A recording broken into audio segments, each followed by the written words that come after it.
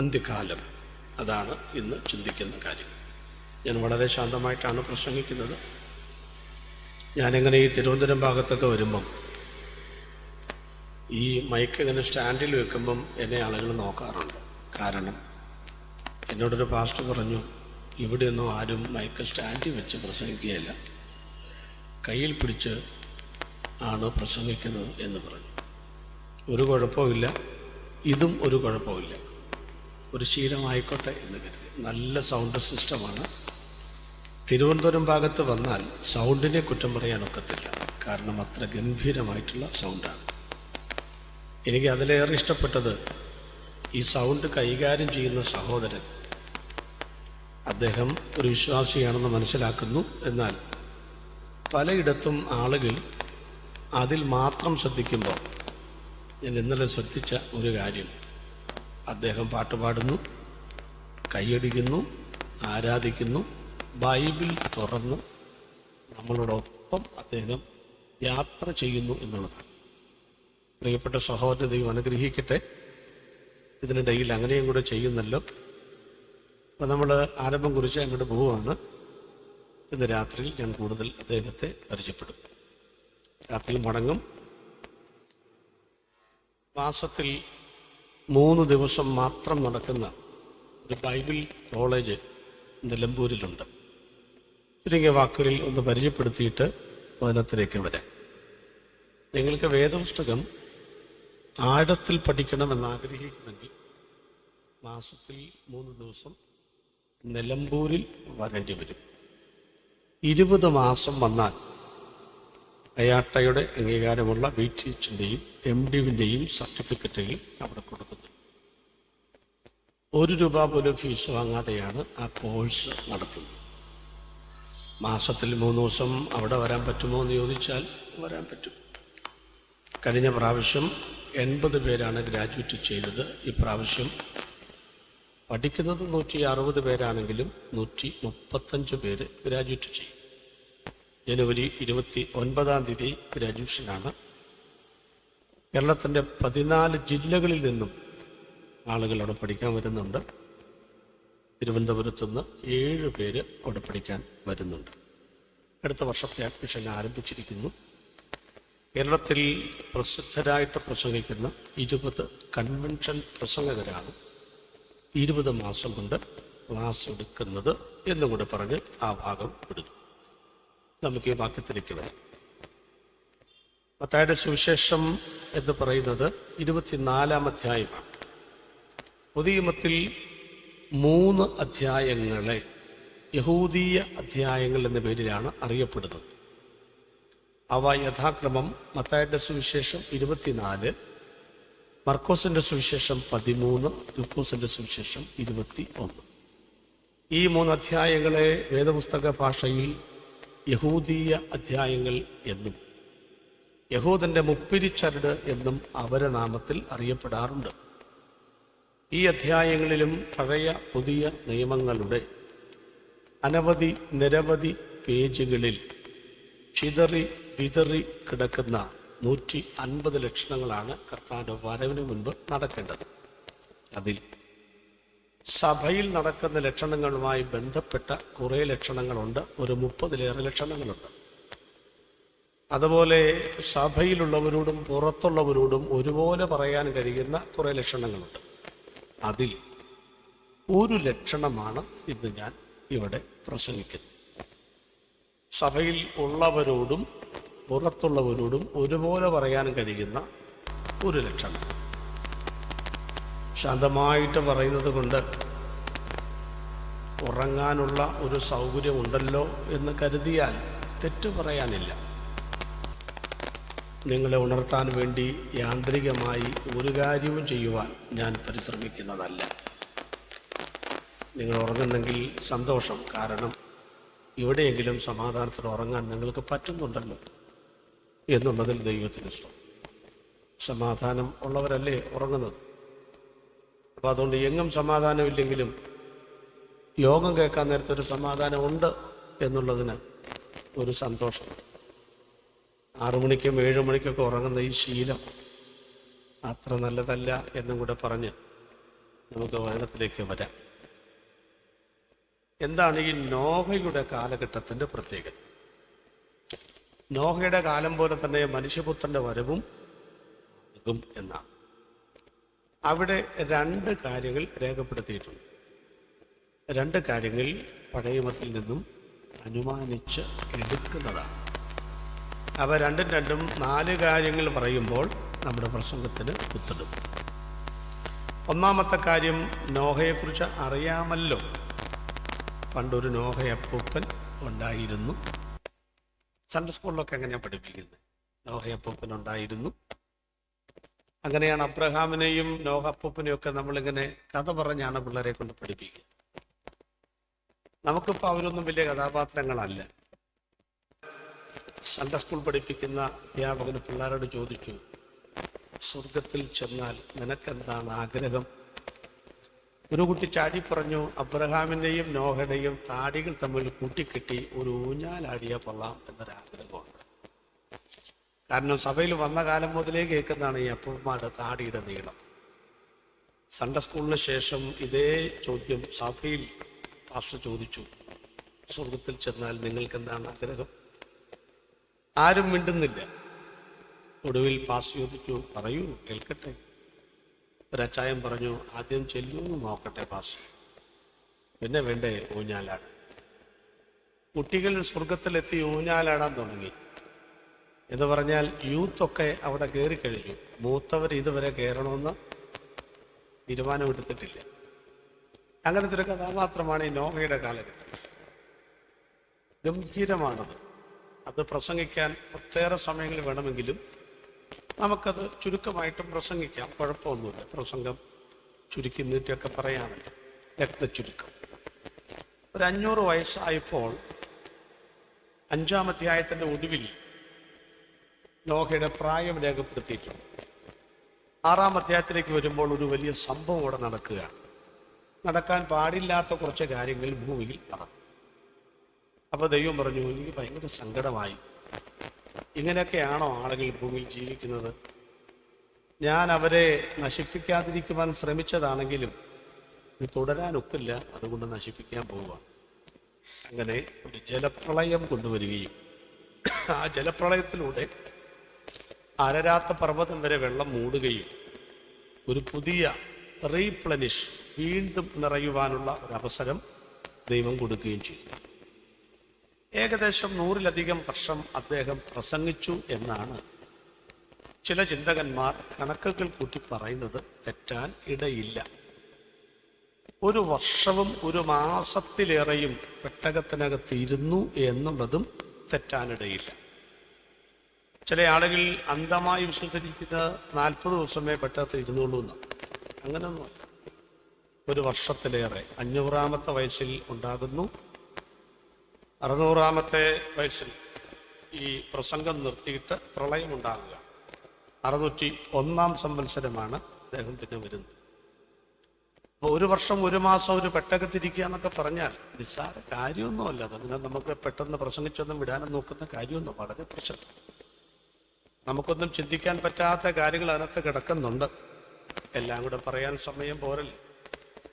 1 വർഷം 1 മാസം ഒരു മുറിക്കകത്ത് 8 പേരൊക്കെ കഴിഞ്ഞുകൂടുക എന്ന് പറഞ്ഞാൽ ഇവിടെ 3 മണിക്കൂർ ഇരിക്കുമ്പോഴുള്ള നിങ്ങളുടെ ബുദ്ധിമുട്ട് എന്താണെന്ന് എനിക്കറിയാം. അപ്പൊ പിന്നെ ഈ 1 വർഷക്കൊരു മുറിക്കകത്ത് അത് 8 പേരെന്ന് ചുമ്മാ പറയുന്നല്ല. നിങ്ങൾ ആഴത്തിൽ ചിന്തിച്ചിട്ടുണ്ടോ? ചിന്തിക്കണം. അവിടെ നോഹയുണ്ട്, കുടുംബമുണ്ട്, 3 മക്കളും അവരുടെ ഭാര്യമാരും ഉണ്ട്. അതാണ് പ്രശ്നം. എൻ്റെ നോട്ടത്തിൽ കുറേ കാര്യങ്ങളുണ്ടെങ്കിലും 3 മരുമക്കൾ അവിടെയുണ്ട്. അതൊരു സത്യമാണ്. ഒരമ്മായിയമ്മയും അവിടെയുണ്ട്. ഇനി ബാക്കി നിങ്ങൾ ചിന്തിക്കും. 3 മരുമക്കളും ഒരമ്മായിയമ്മയും കൂടെ ഒരു മുറിക്കകത്ത് 1 കൊല്ലം ഒരു പ്രശ്നമില്ലാതെ ജീവിക്കുക എന്നൊക്കെ പറഞ്ഞാൽ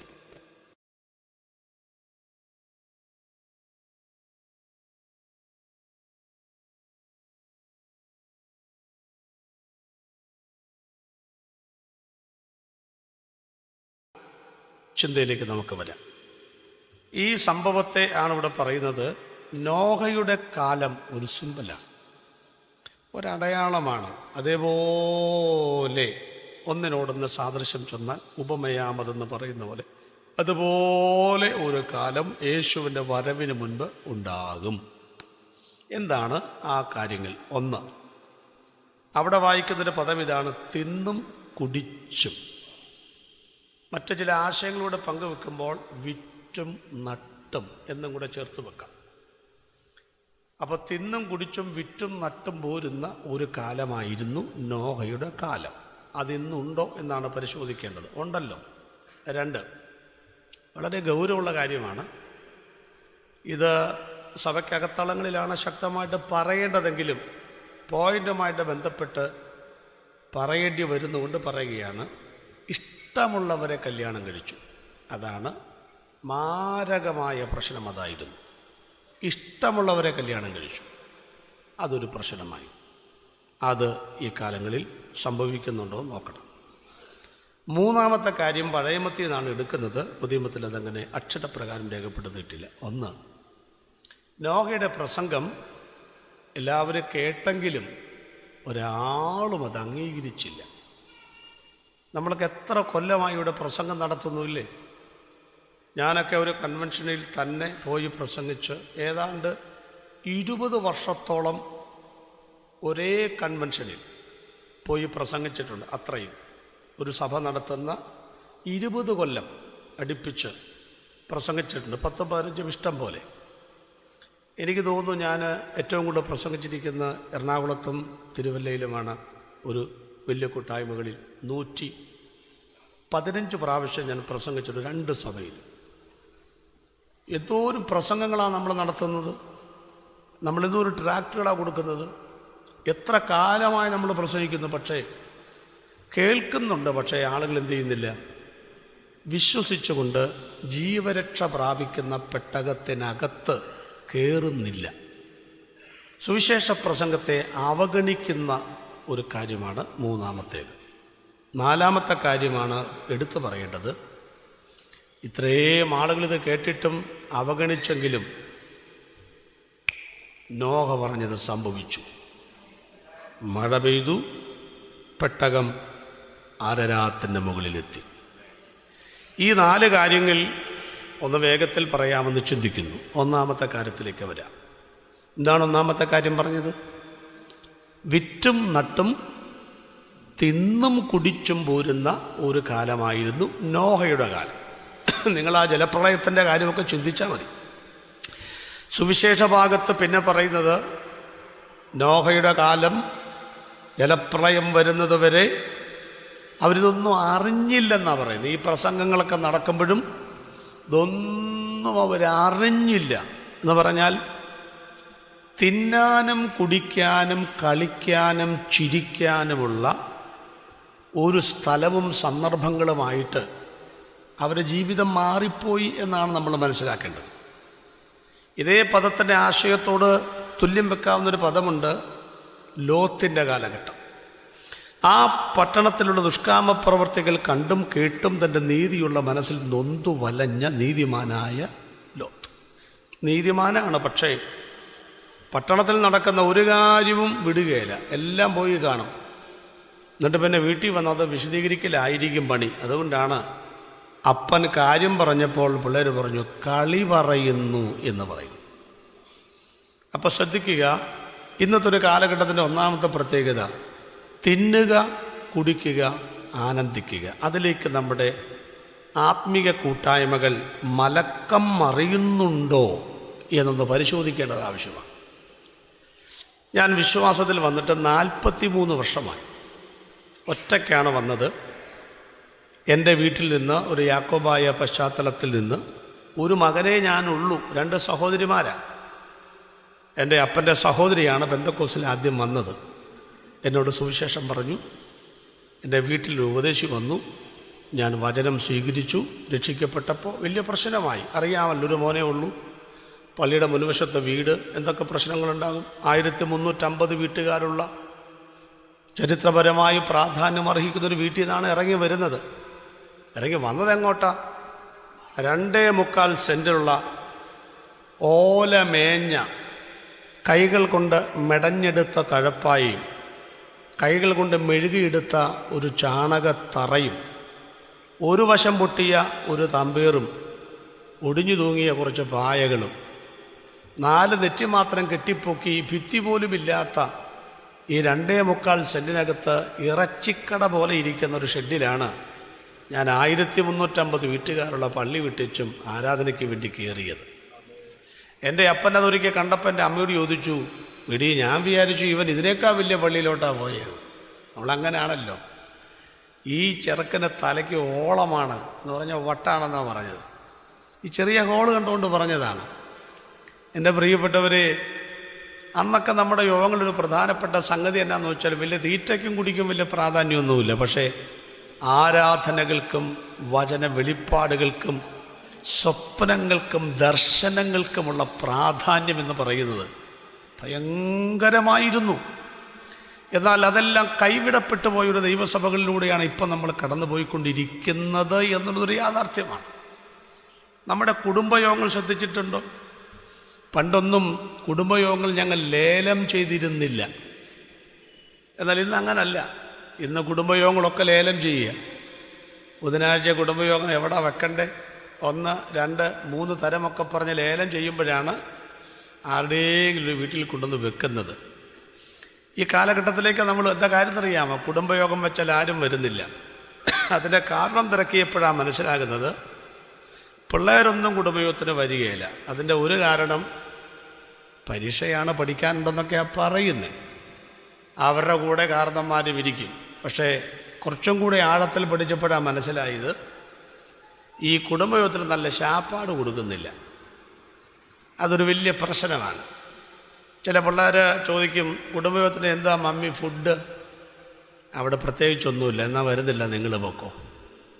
വല്ല പിസ്സായോ വല്ല ചിക്കൻ ബിരിയാണിയോ ഒക്കെയാണെന്നുണ്ടെങ്കിൽ ശ്രദ്ധിച്ചിട്ടുണ്ടോ, നമ്മുടെ ഏത് മീറ്റിങ്ങിലും ഭക്ഷണം വിളമ്പുന്ന അന്ന് ഭയങ്കര തിരക്കായിരിക്കും, ഭയങ്കര ആൾ കൂടുതലായിരിക്കും.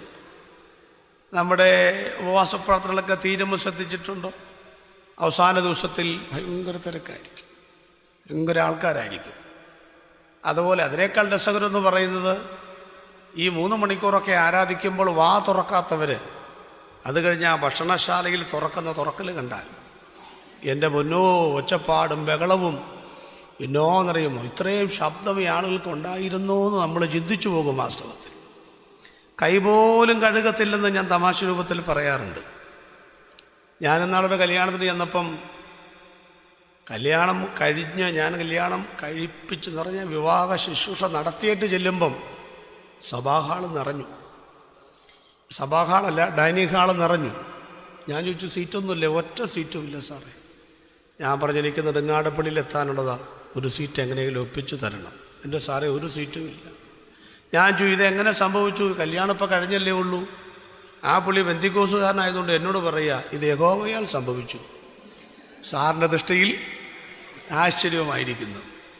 ഇനി അതിലേക്കാ രസം, അല്പം ക്ഷമയോടെ ഞാൻ നിൽക്കുമ്പം പോയി കൈയൊക്കെ കഴുകി നിൽക്കുമ്പം കൈ കഴുകി ഭക്ഷണം കഴിച്ച് പുറത്തോട്ട് വരുന്ന ഒരാൾ എന്നോട് ചോദിച്ചു, കൈ കഴുകുന്ന സ്ഥലം എവിടാ? അപ്പോഴാണ് ഞാൻ മനസ്സിലാക്കിയത് ഈ മഹാൻ കൈ കഴുകിയല്ല കയറിയത്. ഇത് ഞാനെന്താ കൈ കഴുകാൻ കയറണം? സ്ഥലം കിട്ടാത്തതുകൊണ്ട്, വെയിറ്റ് ചെയ്യാൻ സമയം ഉണ്ടായതുകൊണ്ടാണ്, അല്ലെങ്കിൽ ഞാനും കഴുകുകയില്ല. അപ്പം ഇതിനൊക്കെ നമുക്ക് ഭയങ്കര താല്പര്യമാണെന്നാണ് ഈ പറഞ്ഞു വരുന്നതിൻ്റെ അർത്ഥം. കേട്ടോ, ഭൗതികമായ ഭക്ഷണത്തോട് നമ്മുടെ ഭയങ്കര താല്പര്യം നമ്മളെല്ലാ സ്ഥലത്തും കാണാം. കോളേജിൽ ഒരു പ്രൊഫസർ ചോദിച്ചു, നമ്മുടെ നാട്ടിൽ ഒരു നേരത്തെ ആഹാരത്തിന് വിശക്കുന്ന ആളുകളുണ്ടോ? കോളേജിലെ പിള്ളേർ ചോദിച്ചു, സാറിന് വട്ട, അതൊക്കെ പണ്ട്. സാറേ ഇപ്പം അങ്ങനൊന്നുമില്ല, ഒരു നേരത്തെ ആഹാരത്തിന് വിശക്കുന്ന ദാരിദ്ര്യം പിടിച്ചവരൊന്നും ഇല്ല സാറേ. സാറ് പറഞ്ഞു, ഉണ്ടടാ. നിങ്ങൾ ആ കല്യാണം നടക്കുമ്പം ഭോജനശാലയുടെ വാതിക്കലേക്ക് നോക്കിച്ചാൽ മതി. പാൻറ്റും ഷർട്ടൊക്കെ ഇൻ ചെയ്ത് ടൈയൊക്കെ കെട്ടി നിൽക്കുന്ന ആളുകൾ ഷട്ടർ പൊക്കുമ്പം ഇടിച്ച് കയറാൻ നിൽക്കുന്ന ആ നിപ്പ് കണ്ടാൽ അറിയാം ഒരു നേരത്തെ ആഹാരത്തിന് വിശക്കുന്ന പട്ടിണി പാവങ്ങളെ കാണാൻ. എവിടെ വന്നാൽ മതി? ഭോജനശാലയുടെ വാതിക്ക വന്നാൽ മതി. ഞാൻ ചോദിക്കട്ടെ, 3 ദിവസമായി ഇവിടെ ആത്മീയ ആഹാരം വിളമ്പുക. ഇവിടെ വല്ല തിരക്കുണ്ടാവും. എന്തോരം കസേരയാണ് ബാക്കി കിടക്കുന്നത് ഇല്ലേ? ഇത് പതിവിൽ കൂടുതൽ ആളുകളുണ്ട്. യോഗം തീരാൻ പോവുകയാണല്ലോ, അതുകൊണ്ടാണ്. ഇവിടെ വല്ല തിരക്കുണ്ടോ? ഇടിച്ചു കയറുന്നുണ്ടോ? അപ്പം എന്ത് ആഹാരത്തോടാണ് നമ്മുടെ താല്പര്യം നമുക്ക് മനസ്സിലായോ? ഭൗതിക ആഹാരത്തോടാണ് ഇപ്പോഴും നമ്മുടെ താല്പര്യം കിടക്കുന്നത്. അത് വേണ്ട എന്നുള്ള അർത്ഥത്തിലല്ല ഈ പറയുന്നത്.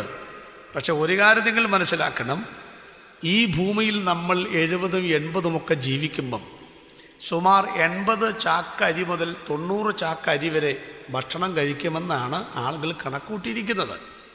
അപ്പോൾ 90 ചാക്ക് അരിയുടെ ഭക്ഷണം കഴിച്ച വയറാണ് നമ്മുടെ വയറ്. 50 കഴിഞ്ഞവർക്ക് അത്രയില്ല, കണ്ടാൽ അത്രയും പറയത്തില്ല. ഒരു പ്ലാസ്റ്റിക് കൂടിൻ്റെ വലിപ്പമേ ഉള്ളൂ. ചിലരൊക്കെ ഒരു മല്ലിച്ചാക്ക് പോലെ ആയിട്ടുണ്ട്. എന്നാലും ഓർത്തോളം അച്ഛാ, ഈ 50 കഴിഞ്ഞപ്പം കഴിച്ച 70 80 ചാക്ക് അരിയുടെ ആഹാരം എവിടെ പോയി? മറപ്പുരയിലേക്ക് പോയി. മറപ്പുരയിൽ പോയി എന്ന് പറയുമ്പം ഇതിലേ പോകുന്ന JCB കൊണ്ട് കിളച്ചാൽ കിട്ടുമോ? കിട്ടത്തില്ല. അത് മണ്ണിലേക്ക് പോയി. എന്താണ് അതിനർത്ഥം എന്നറിയാമോ? താങ്കൾ മണ്ണിലേക്ക് ചേരുന്നത് വരെ ഈ മണ്ണിൽ നിന്നും എടുക്കുന്ന ആഹാരം നിങ്ങൾക്ക് ഉപയോഗിക്കാം. എന്നാൽ മറ്റൊരാഹാരം വേദപുസ്തകത്തിനകത്തുണ്ട്. അത് വിണ്ണിൽ നിന്നും ലഭിക്കുന്ന ആഹാരമാണ്. ആ ആഹാരമാണ് സ്വർഗീയ മന്ന എന്ന പേരിൽ അറിയപ്പെടുന്നത്. ഈ 3 ദിവസങ്ങൾ ഈ സഭയ്ക്ക് ഇഷ്ടം പോലെ പൈസ ബാങ്കിൽ മിച്ചം കിടക്കുന്നതുകൊണ്ട് ഇതൊക്കെ എങ്ങനെയെങ്കിലും ചെലവഴിക്കാൻ വേണ്ടി നടത്തുന്ന ഒരു യോഗമല്ല സുഹൃത്തേ. ഈ യോഗം ഇല്ലാതിരുന്നിട്ടും മുഴങ്കാൽ മടക്കി പ്രാർത്ഥിച്ചും ജാഗരിച്ചും നാളുകളും മാസങ്ങളും കണ്ണുനീരോടെ ദൈവസന്നിധിയിൽ പ്രാർത്ഥിച്ചും ഇങ്ങനൊരു യോഗം സംഘടിപ്പിക്കുന്നതിൻ്റെ പിന്നിലുള്ള ചേതോ വികാരമെന്ന് പറയുന്നത് ഈ 3 ദിവസമായി നിങ്ങൾ കഴിക്കുന്ന ഈ ആത്മീക ആഹാരം ഒരു കല്ലറയിലും മണ്ണിലും ഒതുങ്ങുന്നതല്ല. മറിച്ച് കർത്താവിൻ്റെ ഗംഭീരനാദം കേൾക്കുമ്പോൾ കാലങ്ങൾ കഴിയുന്ന വിത്തിൻ്റെ മോടം പൊട്ടി മുള പുറത്തു വരുന്ന പോലെ ക്രിസ്തുവിൽ വിശ്വസിച്ചാണ് മരിക്കുന്നതെങ്കിൽ ഒരു ഉയർപ്പ് വാഗ്ദാനം ചെയ്യുന്ന ആത്മീക ഭക്ഷണമാണ് ഈ ദിവസങ്ങളിൽ ഇവിടെ ഈ ഓഡിറ്റോറിയത്തിൽ ഞാനും നിങ്ങളും ഭക്ഷിച്ചുകൊണ്ടിരിക്കുന്നത് എന്ന ഉത്തമ ബോധ്യമുള്ളവർക്കായി ദൈവത്തെ സ്തുതിക്കുന്നു. ആത്മാവിൽ ദരിദ്രരായവർ ഭാഗ്യവാന്മാർ, സ്വർഗരാജ്യം അവർക്കുള്ളതാണ്. ചെറുപ്പക്കാരായ സഹോദരി സഹോദരന്മാരെ കണ്ടമാനം ദീർഘിപ്പിക്കുന്നില്ല. ഞാനൊരു സുവിശേഷ പ്രസംഗകനാണ്. ഇന്ന് രാത്രി യാത്ര ചെയ്യും. ട്രെയിനിലായതുകൊണ്ട് ഞാൻ പറയുന്ന കാഴ്ചകൾ കാണാൻ ഒക്കില്ല. മിക്കവാറും കൊട്ടാരക്കര വരെയൊക്കെ ഞാൻ വാഹനം ഓടിച്ചാണ് വരുന്നത്. അവിടെ നിന്ന് അങ്ങോട്ട് പോകുമ്പോൾ കാണുന്ന ഒരു കാഴ്ച, ഒരു ചായ കുടിക്കാനൊക്കെ ഹോട്ടലുകളിൽ കയറുന്ന സമയത്ത് ക്ഷീണം മാറ്റാൻ പകൽ സമയത്തേക്കാൾ തിക്കും തിരക്കുമുള്ള രാത്രി ഹോട്ടലുകൾ തുറന്നിരിക്കുന്നത് എത്രയോ ആശ്ചര്യകരമാണെന്ന് നിങ്ങൾക്കറിയാമോ? ഇനി അതിലേറെ രസം, ഒരു 10 പൈസ വരുമാനമില്ലാത്ത നമ്മുടെ തലമുറകൾ, കോളേജിൽ പഠിക്കുന്ന പിള്ളേരെ ആക്ഷേപിക്കാനൊന്നും അല്ല കേട്ടോ, ഞാനൊരു കാര്യം വേണ്ടി പറയുന്നത്. ഞാൻ ശ്രദ്ധിച്ചിട്ടുണ്ട്, 1000 രൂപയുടെ ബില്ല് മാറാൻ കൂട്ടുകാരൊക്കെ ആയിട്ട് ഒരുമിച്ചിരുന്ന്, ഇപ്പോൾ പുതിയ ഭക്ഷണമൊക്കെ ആണല്ലോ ഇല്ലേ, അൽഫാമും കുഴിമന്തിയും ചിക്കൻ 65ഉം. നാളെ പറഞ്ഞു, ഞങ്ങൾ കുടുംബമായിട്ട് പറഞ്ഞു, സാർ ചിക്കൻ പൊട്ടിത്തെറിച്ചത് ഒരു പ്ലേറ്റ് എടുക്കട്ടെ. ഞാൻ ചോദിച്ചു, അതെന്ത് സാധനമാണാവോ? അങ്ങനെ ഒരു സാധനമുണ്ട്. ഞാനത് വിശദീകരിക്കുന്നില്ല. ഒരു കാര്യം ഉറപ്പാണ്, ഇതെല്ലാം ആളുകൾ ചിക്കന് വേണ്ടി ഇട്ടിരിക്കുന്ന പേരുകളാണ്. അപ്പം ഇതെല്ലാം കഴിക്കുന്ന പിള്ളേരോടാണ് ഞാൻ ചോദിക്കുന്നത്, ഒരു ചിന്തയ്ക്ക് വേണ്ടി പറയുകയാണ്. അപ്പച്ചന്മാരുടെയും അമ്മച്ചിമാരുടെയും കയ്യിൽ നിന്നൊക്കെ ചിലവരോട് വാങ്ങുന്ന പൈസ കൊണ്ട് 1000 രൂപയും 2000 രൂപയും 1710 രൂപയുമൊക്കെ ബില്ലടയ്ക്കാൻ നമുക്ക് യാതൊരു പ്രയാസവും തോന്നാറില്ല. പക്ഷെ ഇന്ന് വരെ 1000 രൂപ നിങ്ങൾ സ്തോത്രക്കാഴ്ച ഇട്ടിട്ടുണ്ടോ? ഒന്ന് ചിന്തിച്ചു നോക്കിക്കേ. ആ ഹോട്ടലിൽ വിളമ്പാൻ വരുന്ന ആ മനുഷ്യന് കുഴപ്പമില്ല. അവർക്ക് 50 കൊടുക്കുമ്പോൾ നമ്മുടെ പിള്ളേർ പറയും 100 കൊടുക്കടാ, ഞാൻ കണ്ടിട്ടുണ്ട്. എല്ലാവരും ചേർന്ന് 100 കൊടുക്കുന്നത് ഞാൻ കണ്ടിട്ടുണ്ട്, ടിപ്പ് കൊടുക്കുന്നതാണ്. ഞാൻ ചോദിക്കട്ടെ, ഇവിടെ 3 ദിവസം നടന്ന സ്തോത്രക്കാഴ്ചയിൽ നിങ്ങൾ 100 രൂപ ഇട്ടിട്ടുണ്ടോ? അപ്പോൾ ഏതിനോടാണ് നമ്മുടെ ആഗ്രഹം എന്ന് മനസ്സിലായില്ലേ? ഏതിനോട് ആഗ്രഹം? ഭൗതികമായ ആഹാരം കഴിക്കാൻ 1000-ഉം 2000-ഉം ഒരു നേരത്തെ ഭക്ഷണത്തിന് 400-ഉം 500-ഉം മുടക്കുമ്പോൾ ഒരു സുവിശേഷ പ്രസംഗത്തിന് മുമ്പിൽ 10 രൂപ വെച്ച് നീട്ടുന്ന നമ്മുടെ ആത്മീക ദാരിദ്ര്യം എന്നാണ് മാറുന്നത് പ്രിയപ്പെട്ടവരെ? അതുകൊണ്ട് ഞാൻ ഒന്നുകൂടെ വ്യക്തമായിട്ട് പറയുകയാണ്, നമുക്ക് വിറ്റും നട്ടും തിന്നും കുടിക്കുന്ന ഒരു കാലഘട്ടം. എന്തിനാണ് ഇതെല്ലാം നമ്മൾ ഉണ്ടാക്കി വെച്ചിരിക്കുന്നൊരു ചോദ്യം കൂടെ നിങ്ങൾ ചോദിക്കണം കേട്ടോ. ഇതൊക്കെ ഏതറ്റം വരെ പോകുമെന്നൊക്കെ നമ്മൾ മനസ്സിലാക്കേണ്ടതുണ്ട്. അധിക നാളൊന്നും ഇവിടെ ആർക്കും ജീവിക്കാൻ പറ്റില്ല എന്ന് ഞാൻ പറഞ്ഞല്ലോ. തമാശ രൂപത്തിൽ ഞാനിങ്ങനെ പറയാറുണ്ട്, എത്ര എന്നൊരു ചോദ്യം ആളുകൾ എപ്പോഴും ചോദിച്ചുകൊണ്ടിരിക്കും. നമ്മുടെ മാധ്യമങ്ങളിൽ കൂടിയൊക്കെ വന്ന ഒരാശയമാണ്. ഇങ്ങനെയാണ് ചോദിക്കുന്നത്. 10 വയസ്സ് വരെ ആളുകൾ ചോദിക്കും. എന്താ ചോദിക്കുന്നത്? 10 വയസ്സുള്ള കൊച്ചിനോട് വയസ്സ് എത്ര, അതാ ചോദിക്കുന്നത്. 10 വയസ്സ് വരെ ആരെ കണ്ടാലും എത്ര, വയസ്സ് എത്ര എന്നാ ചോദിക്കുന്നത്. 20 വയസ്സ് വരെ ചോദിക്കുന്നത് മാർക്ക് എത്ര എന്നാ ചോദിക്കുന്നത്. ചോദ്യം എത്ര മാറുന്നില്ല. 30 വയസ്സാകുമ്പോൾ ചോദിക്കുന്നത് സാലറി എത്ര എന്നാണ് ചോദിക്കുന്നത്. എന്നിട്ട് വേണം കല്യാണം കഴിപ്പിക്കാൻ. 40 വയസ്സാകുമ്പോൾ ചോദിക്കുന്നത് മക്കൾ എത്ര എന്നാണ് ചോദിക്കുന്നത്. 50 വയസ്സാകുമ്പം ചോദ്യം രസകരമാണ്, ഷുഗർ എത്ര എന്നാണ്. 60 ആകുമ്പം ചോദിക്കുന്നത് പ്രഷർ എത്ര എന്നാണ്. 70 ആകുമ്പം ചോദിക്കുന്നത് കൊളസ്ട്രോൾ എത്ര എന്നാണ്. കാരണം ഇതിനകത്ത് 3 പേരും ഒരമ്മ പെറ്റ മക്കളാണ്. ഏത്? ഈ ഷുഗറും പ്രഷറും കൊളസ്ട്രോളും ഒക്കെ. ഒരാളെങ്ങാനും വന്നു കയറിയാൽ അടുത്തയാൾ ഓട്ടോറിക്ഷ വിളിച്ചു വരും. 3-മത്തെ പുള്ളി അങ്ങോട്ട് പോയി ആംബുലൻസിൽ നിന്ന് ഡെഡ് ബോഡി മാറ്റി വെച്ചും ഈ പുള്ളി കയറി കിടന്ന് തിരിച്ചു വരും. അത്ര വേഗത്തിലാണ് 3 പേരും കൂടെ വരുന്നത്. തുപ്പിയാലും ശ്വാസിച്ചാലും പോകാത്ത ഒരു സാധനം. 70 വയസ്സ് കഴിഞ്ഞവരോട് നമ്മൾ ചോദ്യങ്ങളൊന്നും ചോദിക്കാറില്ല. ചോദ്യചിഹ്നം പോലെ നിൽക്കാറേ ഉള്ളൂ. ഇനി എത്ര നാൾ എന്നാണ്. അപ്പം ഈ എത്ര എന്ന ചോദ്യം മരണം വരെ വിട്ടു പോകുന്നില്ല. ഈ ലോകത്തിൽ 70-ഉം 80-ഉം ഒക്കെ ആണെങ്കിലും ഞാൻ പറയാറുണ്ട്, ഞാനിങ്ങനെ കൊട്ടാരക്കര തിരിച്ച് എൻ്റെ വീട്ടിലേക്ക് പോകുമ്പം ഏതാണ്ട് 150 കിലോമീറ്റർ ഒറ്റയ്ക്ക് വണ്ടി ഓടിക്കണം. അങ്ങനെ ഓടിച്ചു പോകുമ്പോൾ കോട്ടയം ചെല്ലുമ്പോൾ ഒരു പകുതി ആശ്വാസം ബോർഡ് കാണും, അങ്കമാലി 95 കിലോമീറ്റർ. എനിക്ക് മനസ്സിലാകും പകുതി ദൂരം പിന്നിട്ട് കഴിഞ്ഞു. കൂത്താട്ടുകുളം മൂവാറ്റുപുഴയൊക്കെയാണ് ഒരു ചായ കുടിക്കുന്ന സ്ഥലം. മൂവാറ്റുപുഴ ചെല്ലുമ്പോൾ കാണാം അങ്കമാലി 35 കിലോമീറ്റർ. സന്തോഷം ഇങ്ങനെ നുരപൊന്തി വരാൻ തുടങ്ങും. പെരുമ്പാവൂർ ചെല്ലുമ്പോൾ 20 കിലോമീറ്റർ, കാലടി ചെല്ലുമ്പോൾ 7 കിലോമീറ്റർ. അപ്പം എനിക്ക് സന്തോഷമുണ്ട്, പിന്നെ ഇരിക്കാൻ വയ്യ, അത്ര സന്തോഷമാണ്. കാര്യം വല്ലതും മനസ്സിലായോ?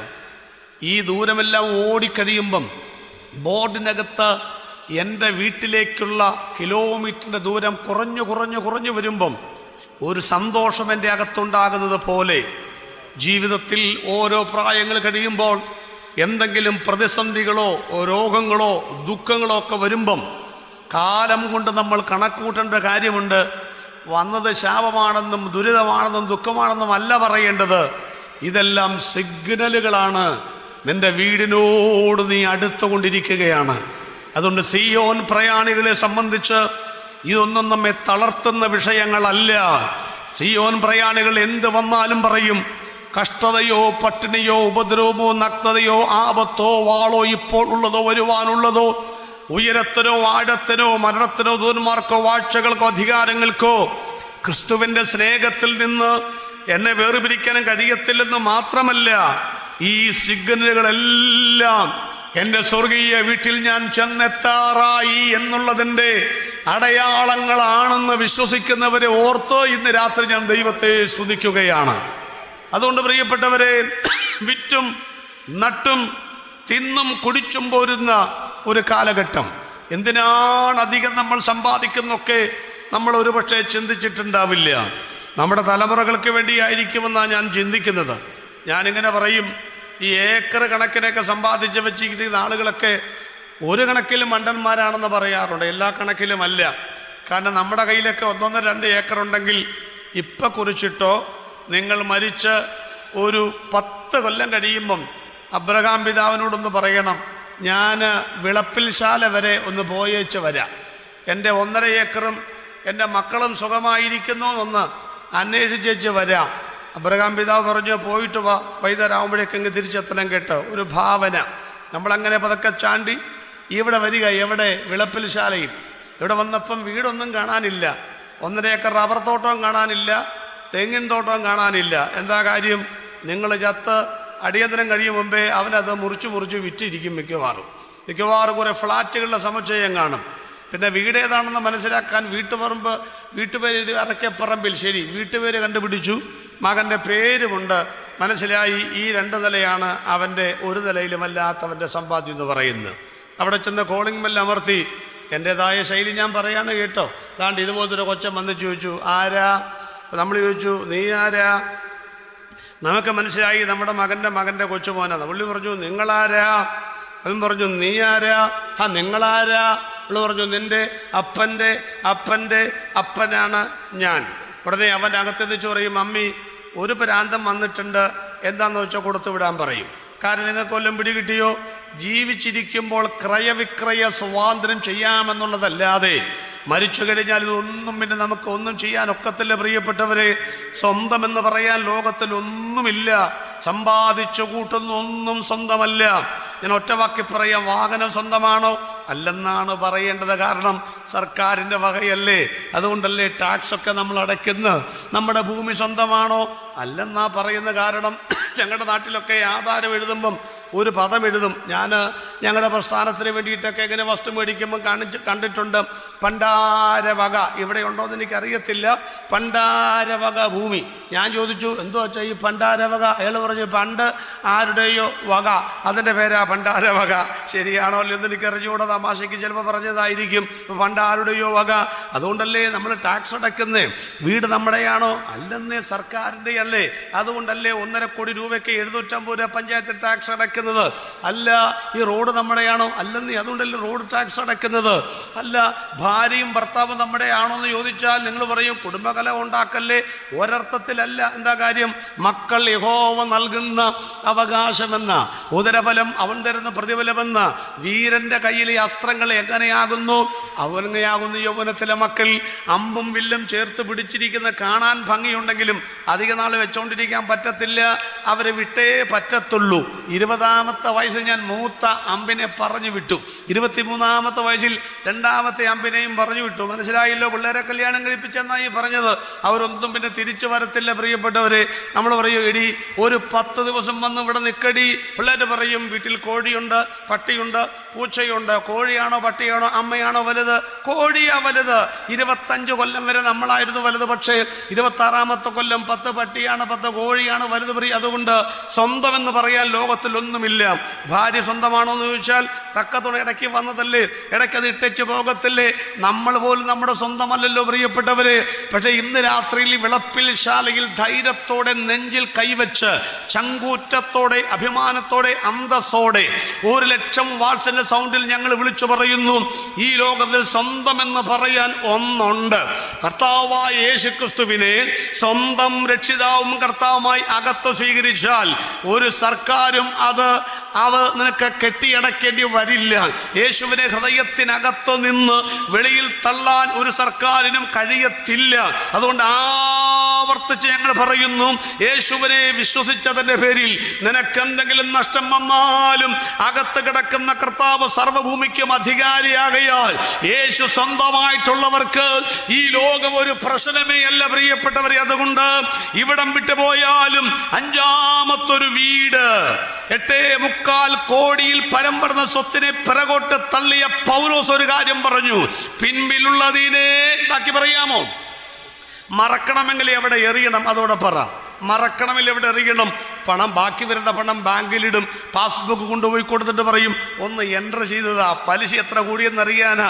ബാക്കി വന്ന ഭക്ഷണം എന്തോ ചെയ്യും? നിങ്ങളുടെ ഫ്രിഡ്ജിനകത്തോട്ട് വെക്കും. ഇടയ്ക്ക് നമ്മൾ മണത്ത് നോക്കും, വളിച്ചോ പുളിച്ചോ എന്നറിയാനാ. ബാക്കി വരുന്ന സാധനങ്ങൾ വെക്കുന്ന സ്ഥലമാണ് ഫ്രിഡ്ജ്, അല്ലെങ്കിൽ നമ്മുടെ ബാങ്കിലെ അക്കൗണ്ട് എന്ന് പറയുന്നത്. അവിടെയല്ല പൗലോസ് അത് ഇട്ടത് നിങ്ങൾ മനസ്സിലാക്കണം. ഒരു കാലത്തും തിരിഞ്ഞു നോക്കാത്തൊരു സ്ഥലമുണ്ട്. അതിൻ്റെ പേരാ വേസ്റ്റ് ബോക്സ് എന്ന് പറയുന്നത്. വീട്ടിനകത്ത് ചീഞ്ഞു നാറിയ സംഗതികൾ വിളപ്പിൽ ശാല സിറ്റിക്കകത്തുള്ള ആ വേസ്റ്റ് ബോക്സിൽ എറിഞ്ഞാൽ പിന്നെ നമ്മൾ നോക്കാറേ ഇല്ല. ഇതാ പൗലോസ് പറയുന്നത്, എൻ്റെ 8.25 സ്വത്തൊക്കെ ഉണ്ട്. ഞാൻ എവിടെ എറിഞ്ഞെന്നറിയാമോ? വീടും എടുക്കാവുന്ന വിധമല്ല എറിഞ്ഞത്, പിൻപിലുള്ളതിനെ മറന്നു. എന്നിട്ട് 5-ാമത്തെ വീട്, വാർദ്ധക്യം കുളിരുകോറിയ ചർമ്മം പുതയ്ക്കുവാൻ ഒരു പുതപ്പ് ആ മനുഷ്യന്റെ കയ്യിൽ ഉണ്ടായിരുന്നില്ല. അദ്ദേഹത്തിന് വായിക്കുവാൻ ഒരു ലിഖിതം മറന്നുപോയി. പക്ഷെ മറന്നുപോകാതെ 5-ാമത്തെ വീട് അകത്ത് സൂക്ഷിച്ചു. കൂടാരമായ ഞങ്ങളുടെ ഭൗമഭവനം അഴിഞ്ഞു പോയാൽ അഴിയാത്തൊരു വീട് മരക്കിട്ടുറപ്പിക്കുവാൻ സുഹൃത്തെ ലോകത്തിൽ ആർക്കും സാധ്യമല്ല.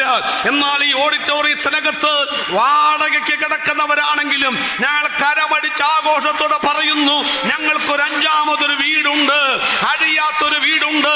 സിമെന്റും കമ്പിയും കൂടെ കൂട്ടിക്കുഴച്ച കോൺക്രീറ്റിന്റെ കുരിശിൽ മരിച്ച കർത്താവിനെ അല്ല ഞങ്ങൾ വിശ്വസിക്കുന്നത്, ഉയർത്തെഴുന്നേറ്റ യേശുക്രിസ്തുവിനെയാ വിശ്വസിക്കുന്നത്. ഇന്ന് രാത്രി ഒന്നുകൂടെ പറയട്ടെ, ആത്മീക ആഹാരത്തിന്, നിത്യജീവന് പ്രാധാന്യം നൽകുന്നവർക്കായി ഇന്ന് രാത്രി ഞങ്ങൾ ദൈവത്തിന് സ്തോത്രം ചെയ്യുന്നു. ആ വീട്ടിനകത്തൊരു മെമ്പർഷിപ്പ് കരസ്ഥമാക്കിയവർ ഇരുകരവും ചേർത്തടിച്ച് ഇന്ന് രാത്രി പറയണം, 5-ാമത്തെ വീടാണ് എന്റെ ശരിയായ വീട് എന്ന് പറയണം.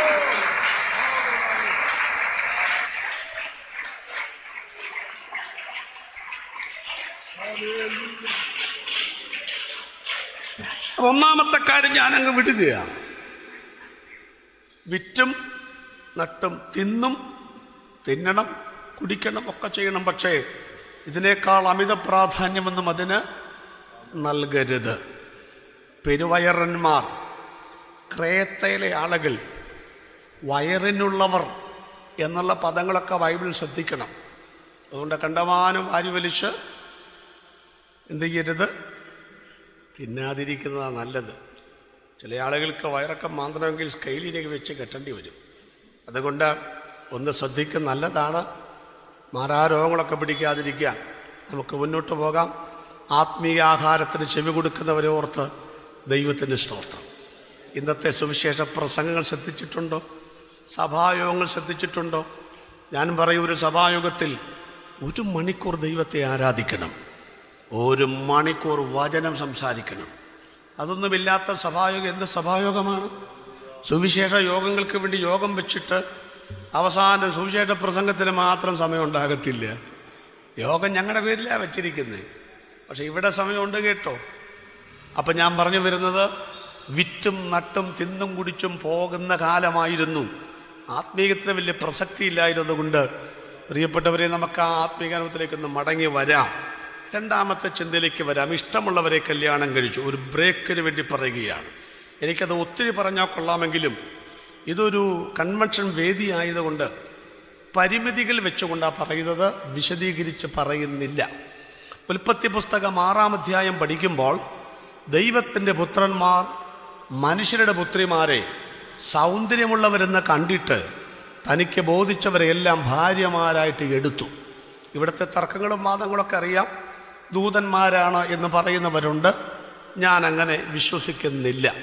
ദൂതന്മാരല്ല എന്നുള്ളതിന് ധാരാളം തെളിവുകൾ വേദപുസ്തകത്തിനകത്തുണ്ട്. അതുകൊണ്ട് ദൂതന്മാർക്ക് വംശവർദ്ധനവിന് കഴിവില്ലെന്നുള്ള കാര്യം നിങ്ങൾ ഓർത്തിരിക്കണം. അവിടെ എല്ലാവരും സ്വർഗത്തിൽ ദൂതന്മാരെ പോലെ ആകുന്നു എന്ന് അതിൻ്റെ ഉടമസ്ഥനായ കർത്താവ് പറഞ്ഞ കാര്യവും കൂടെ കൂട്ടിച്ചേർത്ത് വായിച്ചു കൊള്ളണം. ഈ സംഭവം എന്ന് പറയുന്നത് ഒറ്റ വാക്കിൽ പറഞ്ഞാൽ ശപിക്കപ്പെട്ട തലമുറയിൽപ്പെട്ടവരും അനുഗ്രഹിക്കപ്പെട്ട തലമുറയിൽപ്പെട്ടവരും തമ്മിലുള്ള വിവാഹം നടന്നു എന്നാണ് അവിടെ മനസ്സിലാക്കേണ്ടത്. ഇതിൻ്റെ അടിസ്ഥാനത്തിലാണ് ദൈവം തമ്പുരാൻ അതിഭയങ്കരമായി കോപിക്കുന്നതും അവരുടെ മേൽ ശിക്ഷാ നടപടികൾ നടത്തുന്നതും ജലപ്രളയം ലോകത്തിലേക്ക് വരുന്നതും. ദൈവം ദുഃഖിക്കുകയാണ്. ഞാൻ മറയില്ലാതെ ഒരു കാര്യം പറഞ്ഞു കൊള്ളട്ടെ. ഇങ്ങനെയൊക്കെ മറച്ചു കെട്ടി പറഞ്ഞാൽ പലർക്കും മനസ്സിലാകില്ല. അവിടെ നേരിട്ട് പറയുകയാണ്, ഇങ്ങനെ ശ്രദ്ധിക്കണം. ഇവിടെ 8 ആൺകുട്ടികൾ വന്ന് ഒരു മനോഹരമായ പാട്ടുപാടി. എനിക്ക് ഭയങ്കര സന്തോഷം. ഞാൻ ഈ സഭയിൽ ഇത്രയും പിള്ളേരുണ്ടല്ലോ, വളരെ മിടുക്കന്മാരായ പിള്ളേർ. അതിന് തക്കവണ്ണം പെൺപിള്ളേരും കാണുമായിരിക്കുമെന്ന് വിചാരിക്കുന്നു. യൂത്തിൻ്റെ ഒരു പ്രസൻസ്, സാന്നിധ്യമുള്ള ദൈവസഭയാണ്. അവരോടൊക്കെ ആയിട്ടാണ് ഞാനീ പറയുന്നത് കേട്ടോ. ഈ പാട്ട് പാടിക്കഴിഞ്ഞ് പിന്നെ കട്ടൻ കാപ്പി കുടിക്കാൻ പോയിരിക്കുന്നവരോ അല്ലെ പുറകെ പോയിരിക്കരുത് കേട്ടോ. മുമ്പിൽ വന്നിരുന്ന് സ്റ്റേജിൽ വന്ന് പാടുന്ന പിള്ളേരൊക്കെ എൻ്റെ മുമ്പിൽ വന്നിരുന്ന് വചനം കേട്ടുകൊണ്ടിരിക്കണം. പാട്ട് വെറുതെ ഒരു കലാപരിപാടിയായിട്ടൊന്നും കാണരുത്. നിങ്ങളോട് ഒരപ്പൻ്റെ പ്രായത്തിൽ നിൽക്കുന്ന ഒരു പിതാവെന്ന നിലയിൽ സ്നേഹപൂർവ്വം പറയുകയാണ്, കുറിച്ചിടണം മനസ്സിനകത്ത്, രക്ഷിക്കപ്പെട്ട ദൈവമക്കൾ രക്ഷിക്കപ്പെടാത്തവരെ കല്യാണം കഴിക്കരുത്. സ്തോത്രം. അതാണ് ഞാനീ പറഞ്ഞു വരുന്നത്. ഒന്നുകൂടെ പറയുകയാണ്, രക്ഷിക്കപ്പെട്ട ദൈവമക്കൾ രക്ഷിക്കപ്പെടാത്തവരെ കല്യാണം കഴിക്കരുത്. കുറച്ച് മതപരമായിട്ടുള്ള ആശയങ്ങളൊക്കെ മുൻനിർത്തി, സാഹോദര്യമൊക്കെ മുൻനിർത്തി, മതസൗഹാർദ്ദമൊക്കെ മുൻനിർത്തി നിങ്ങൾ ചോദിച്ചേക്കാം, കല്യാണം ആരെ കഴിച്ചാൽ എന്താണ് കുഴപ്പം? വിവാഹം എല്ലാവർക്കും മാന്യമല്ലേ, കിടക്ക നിർമ്മലമല്ലേ എന്നൊക്കെ പറഞ്ഞേക്കാം. വലിയ പ്രശ്നങ്ങളാണ് ഇപ്പോഴൊക്കെ കേട്ടോ. യുവജന ക്യാമ്പിലൊക്കെ പിള്ളേർ പങ്കെടുത്ത് കഴിഞ്ഞാൽ പിന്നെ പല വിഷയങ്ങളും പങ്കെടുത്ത് ഉച്ച കഴിഞ്ഞ് പിള്ളേർ നിൽക്കാറില്ല, പലരും വീട്ടിൽ പോകും. വലിയ താല്പര്യമൊന്നുമില്ല പലർക്കും. ഇപ്പോഴും ഞാൻ ഓർക്കുന്നുണ്ട്, കീഴിലത്തെ വെച്ചൊരു യുവജന ക്യാമ്പിൽ ഞാൻ ഉച്ചയ്ക്ക് ക്ലാസ് എടുത്തു. ക്ലാസ് കഴിഞ്ഞപ്പം ഞാൻ പറഞ്ഞു, ഉച്ച ബ്രേക്കാണ്, ഭക്ഷണം കഴിക്കാൻ പോവുകയാണ്. ഉച്ച കഴിഞ്ഞ് ഞാൻ എടുക്കുന്ന വിഷയം ലവ് മാരേജോ അറേഞ്ച്ഡ് മാരേജോ എന്ന് പറഞ്ഞാൽ, സ്നേഹിച്ച് കല്യാണം കഴിക്കണോ അതോ കാർന്നന്മാർ ആലോചിച്ച് കല്യാണം കഴിക്കണോ? പോയി ഭക്ഷണം കഴിച്ചിട്ട് വന്നോളൂ എന്ന് പറഞ്ഞു. ഒരെണ്ണം പോയിട്ടില്ല. എങ്ങോട്ട്? ഭക്ഷണം കഴിക്കാൻ പോലും പോകാതെ അവളത് നിൽക്കുന്നത്. അത് അറിഞ്ഞിട്ടേ അടുത്ത കാര്യമുള്ളൂ. അപ്പോൾ ഇവരുടെയൊക്കെ മനസ്സിൽ കിടക്കുന്ന ഒരാശയമായി പറയുന്നത്, ഒരു രാജ്യത്ത് ഞാൻ സന്ദർശനം നടത്തുമ്പോൾ ഒരു കുട്ടി എന്നോട് ചോദിച്ചു, അങ്ങളെക്കുറിച്ച് വിശാല മനസ്സോടെ ചിന്തിക്കുന്ന ആളാണെന്ന് എനിക്ക് തോന്നുന്നു. ഞാൻ പറഞ്ഞു, അങ്ങനെയൊന്നുമല്ല, അത്രയൊന്നും വിശാലതൊന്നുമില്ല മോളെ. എന്നോട് ചോദിച്ചു, ഞാൻ ഒരു കറുത്ത വർഗക്കാരനെ കല്യാണം കഴിച്ചാൽ വല്ല കുഴപ്പമുണ്ടോ? ഞാൻ പറഞ്ഞു, എന്ത് കുഴപ്പം? അതും ഓരോരുത്തരും ഇഷ്ടമല്ലേ. അല്ലാതെ നൈജീരിയക്കാരനാണ്, ഏത് രാജ്യക്കാരനെന്താ കുഴപ്പം? കുറേ പറഞ്ഞപ്പം പറഞ്ഞു, അല്ല അങ്കിളെ, അത് മറ്റൊന്നുമല്ല, രക്ഷിക്കപ്പെട്ടവനല്ല, അതാണ് പ്രശ്നം. ഞാൻ പറഞ്ഞു, പറ്റത്തില്ലെന്ന് പറഞ്ഞു. രക്ഷിക്കപ്പെട്ടവനല്ലെങ്കിൽ പറ്റത്തില്ല. കറുപ്പാണോ എന്നുള്ളതോ നൈജീരിയക്കാരനാണോ എന്നുള്ളതൊന്നും എൻ്റെ പ്രഥമ വിഷയങ്ങളൊന്നുമല്ല. പക്ഷേ അതൊക്കെ ഞങ്ങളുടെ കുടുംബങ്ങളിൽ ആലോചിക്കേണ്ട കാര്യങ്ങൾ. പക്ഷേ രക്ഷിക്കപ്പെട്ട ഒരാൾ രക്ഷിക്കപ്പെടാത്ത ഒരാളെ വിവാഹം കഴിക്കുന്നതിനെ വേദപുസ്തകം ശക്തമായി എതിർക്കുന്നുണ്ടെന്നാണ് എൻ്റെ ഒരു വിശ്വാസം. വിശ്വാസിലെ പിതാവായ അബ്രഹാമിലേക്ക് തുടങ്ങിയാൽ, അബ്രഹാം മുതലേ പറഞ്ഞൊരു കാര്യമുണ്ട്, വേറെ വിഭാഗത്തിൽ തീർത്ത് പെണ്ണെടുക്കരുതെന്ന്. ഒരു കല്യാണത്തെയും നമ്മൾ അവഹേളിക്കാറില്ല. ഏത് ജാതിയിൽപ്പെട്ടവർക്കും ഏത് മതത്തിൽപ്പെട്ടവർക്കും അവരവരുടെ മതവിശ്വാസം പോലെ കല്യാണം കഴിക്കുന്നതിന് നമ്മളെതിരല്ല. അതുകൊണ്ടാണ് ഏത് കല്യാണത്തിന് വിളിച്ചാലും നമ്മൾ പോകും. നമ്മൾ പോവുകയും ചെയ്യും, കല്യാണത്തിൽ പങ്കെടുക്കുകയും ചെയ്യും, ചാപ്പാടും കഴിക്കും. മരണാനന്തര പ്രക്രിയകളെ നമ്മൾ മുടക്കത്തുള്ളൂ. അതുകൊണ്ട് നമ്മുടെ കല്യാണം നമ്മൾ അവരെയും വിളിക്കും. അതൊന്നും വലിയ പ്രശ്നങ്ങളുള്ള കാര്യമല്ല. നീ ഏത് ജാതിയിലും മതത്തിലും പെട്ടവർ കല്യാണം കഴിച്ച മക്കളുമായി ജീവിക്കുന്നവർ രക്ഷിക്കപ്പെട്ട് നമ്മുടെ സഭയിൽ വന്നാൽ നമ്മളവരെ സ്നാനപ്പെടുത്തത്തേ ഉള്ളൂ, അല്ലാണ്ട് കല്യാണം കഴിപ്പിക്കത്തില്ല. അപ്പം കല്യാണം നമ്മൾ അംഗീകരിച്ചിട്ടുണ്ട്. പക്ഷെ ഞാൻ പറയുന്നതാണ്, എന്ത് മതവിശ്വാസമാണോ നിങ്ങൾ പുലർത്തുന്നത് അതനുസരിച്ചുള്ള ഒരാളെ വിവാഹം കഴിക്കുന്നില്ലെങ്കിൽ ആകപ്പാടെ പ്രശ്നമായി തീരുമെന്നാണ്. മറ്റു മതങ്ങളിലേക്ക് ഞാൻ കടക്കുന്നില്ല, നമ്മുടെ കാര്യം മാത്രം പറഞ്ഞാൽ മതില്ല. അതുകൊണ്ട് ഈ ഇരിക്കുന്ന എൻ്റെ ആൺകുട്ടികളോടും പെൺമക്കളോടൊക്കെ ഞാൻ പറയുന്നത്, ചില പിള്ളേർക്കൊക്കെ ഒരു ചിന്തയുണ്ട് കേട്ടോ. ഒരിക്കൽ യൂത്ത് ക്യാമ്പിന് പെങ്കൊച്ചു ചോദിച്ചു, ഫാസ്റ്റ് അത്രയും അങ്ങോട്ട് കടുംപിടുത്തം പിടിക്കരുത്, ഞാൻ ഒരു കാര്യം പറഞ്ഞോട്ടെ. പറഞ്ഞു, ആ ആത്മാവിനെയും കൂടെ, ബാക്കി നിങ്ങൾ പറ, ആ ആത്മാവിനെയും കൂടെ. എന്തോ ആത്മഭാരമാണ് ചിന്തിച്ച്, ദൈവമേ എങ്ങനെ ഒരാത്മാവിനെ മാത്രം നേടാനുള്ള ഭാരമേ ഉള്ളതിനായി ഞാൻ ദൈവത്തിന് സ്തോത്രം ചെയ്യുന്നു. ആ കാര്യമൊക്കെ നിങ്ങൾക്ക് മനസ്സിലായില്ലോ. ഈ ആന കുഴിച്ചാടിയാൽ കാട്ടുപോത്തി എന്നാലൊന്നും എഴുന്നേൽപ്പിക്കാൻ പറ്റത്തില്ല കേട്ടോ. അതിന് ആന തന്നെ ചെല്ലണം. എൻ്റെ പൊന്നു സുഹൃത്തെ, പൊന്നു മക്കളെ, പാപ ശമ്പള മരണ നരക ന്യായവിധി എന്ന ആ പടുകുഴിയിൽ നിന്ന് ഒരാളെ രക്ഷപ്പെടുത്താൻ നിന്റെ പ്രേമലേഖത്തിന് ഒരിക്കലും കഴിയത്തില്ലെന്ന് വിശ്വസിക്കുന്ന ആളാണ് ഞാൻ. അതുകൊണ്ട് വ്യക്തമായി ഞാൻ പറയുന്നു, യേശുക്രിസ്തുവിൻ്റെ ക്രൂശിനല്ലാതെ, ക്രൂശിൻ്റെ രക്തത്തിനല്ലാതെ, വചനം പറയുന്ന രക്ഷകന്റെ രക്ഷാ ദൗത്യത്തിനല്ലാതെ ഒരാളെ രക്ഷയിലേക്ക് നയിക്കാൻ പറ്റത്തില്ല. അങ്ങനെ വരുന്നവരൊക്കെ വിവാഹങ്ങൾക്ക് വേണ്ടി വരുന്ന ആളുകളായിരിക്കാം. അതുകൊണ്ട് തീർത്ത് പറയുകയാണ്, ഞാനിത് പറയുമ്പോൾ നിങ്ങളോടൊരു ഒരു ദൂതും കൂടെ ഞാൻ പറഞ്ഞ് ആ ഭാഗം അവസാനിപ്പിക്കാൻ ആഗ്രഹിക്കുന്ന. കാരണം ഒത്തിരി പറയേണ്ട ആ വേദി നമ്മുടെ എല്ലാത്തുകൊണ്ട്, ഈ വേദി നമ്മുടെ എല്ലാത്തുകൊണ്ട് ഞാനത് പരസ്യമായിട്ട് അധികം വലിച്ചു കീറി അങ്ങനെ തേച്ചൊട്ടിക്കാനൊന്നും ആഗ്രഹിക്കുന്നില്ല. ഇത്രയും പറഞ്ഞു വരട്ടെ. ഇപ്പോൾ ഇവിടെ ഇരിക്കുന്ന പാസ്റ്റർ നിങ്ങൾ കണ്ടല്ലോ. ഈ പാസ്റ്റർ അല്ലെങ്കിൽ ഞാനൊക്കെ 43 വർഷമായി വിശ്വാസത്തിൽ വന്നിട്ട് പിള്ളേർ മനസ്സിലാക്കാൻ വേണ്ടി പറയുക. അടെ ഈ പാസ്റ്റർ മണിദാസ് പാസ്റ്റർ ആകട്ടെ, രാജൻ പാസ്റ്റർ ആകട്ടെ, ഈ ഇരിക്കുന്ന വാസന്മാരാകട്ടെ, ഒരു ജലദോഷം വന്നാലൊന്നും നമ്മൾ ആരാധന മുടക്കത്തില്ല. പുതിയ ആളുകളോടല്ല ഈ പറയുന്നത്. ഒരു രോഗം വന്നാലും നമ്മൾ യേശുവിനെ വിട്ടേച്ചു പോവോ? പോകത്തില്ല പാസ്റ്റേ. ഞാൻ ഒന്നുകൂടെ കടത്തി അങ്ങോട്ട് പറഞ്ഞോട്ടെ. ഒരു ആക്സിഡന്റ് വന്നെന്ന് കരുതിയോ, ഒരു കാല് മുറിച്ചെന്ന് കരുതിയോ, ഷുഗർ വന്നെന്ന് കരുതിയോ, ക്യാൻസർ വന്നെന്ന് കരുതിയോ, ഡയാലിസിസ് ചെയ്യേണ്ടി വന്നെന്ന് കരുതിയൊന്നും നമ്മളെപ്പോലുള്ള ഒരു കർത്താവിന് വിട്ടേച്ച് പോകത്തില്ല. എന്താ കാര്യം എന്നറിയാമോ? പലതും നമ്മൾ അനുഭവിച്ച ഇവിടം വരെ എത്തിയത്, കഠിനമായ പരിശോധനകളും കഠിനമായ നിന്ദകളൊക്കെ സഹിച്ച ഇവിടം വരെ നമ്മൾ എത്തിയത്. അതുകൊണ്ട് പിശാചുടെ കാര്യം അറിയാം. ഈ ഇരിക്കുന്ന വമ്പന്മാരെ വീഴ്ത്താൻ ഇനി ചെറിയ പരിപാടിയൊന്നും നടക്കത്തില്ല. നടക്കുന്നൊരു പരിപാടി പറയാം. ഗുണമുണ്ടായാലും ഇല്ലെങ്കിലും ഞങ്ങളുടെയൊക്കെ മനസ്സ് പൊടിയുന്ന ഒരു സ്ഥലമുണ്ട്, ഞങ്ങളുടെയൊക്കെ ചങ്ക് പിടയുന്ന ഒരു സ്ഥലമുണ്ട്. അത് തലമുറകൾക്ക് എന്തെങ്കിലും സംഭവിക്കുമ്പോഴാണ്. അവർക്ക് എന്തെങ്കിലും സംഭവിച്ച പിന്നെ കിടന്നുറക്കമില്ല നമുക്ക്. അതുകൊണ്ടല്ലേ മകനെ തന്നെ ചോദിച്ചത് അബ്രഹാമിനെ ഒരു പരീക്ഷണത്തിന് വിധേയമാക്കിയത്. പിശാചൊരു കാര്യം മനസ്സിലാക്കി, യോയ് ബാറക്കിലെ നിന്റെ പ്രസംഗം നിർത്താൻ രോഗം തന്നാൽ ഒക്കത്തില്ല, കഷ്ടത തന്നാൽ ഒക്കത്തില്ല, പട്ടിണി തന്നാൽ ഒക്കത്തില്ല. പക്ഷെ നിന്റെ പിള്ളേരെ ഞാൻ പിടിച്ചാൽ നീ വീഴുമെന്ന് എനിക്കറിയാം.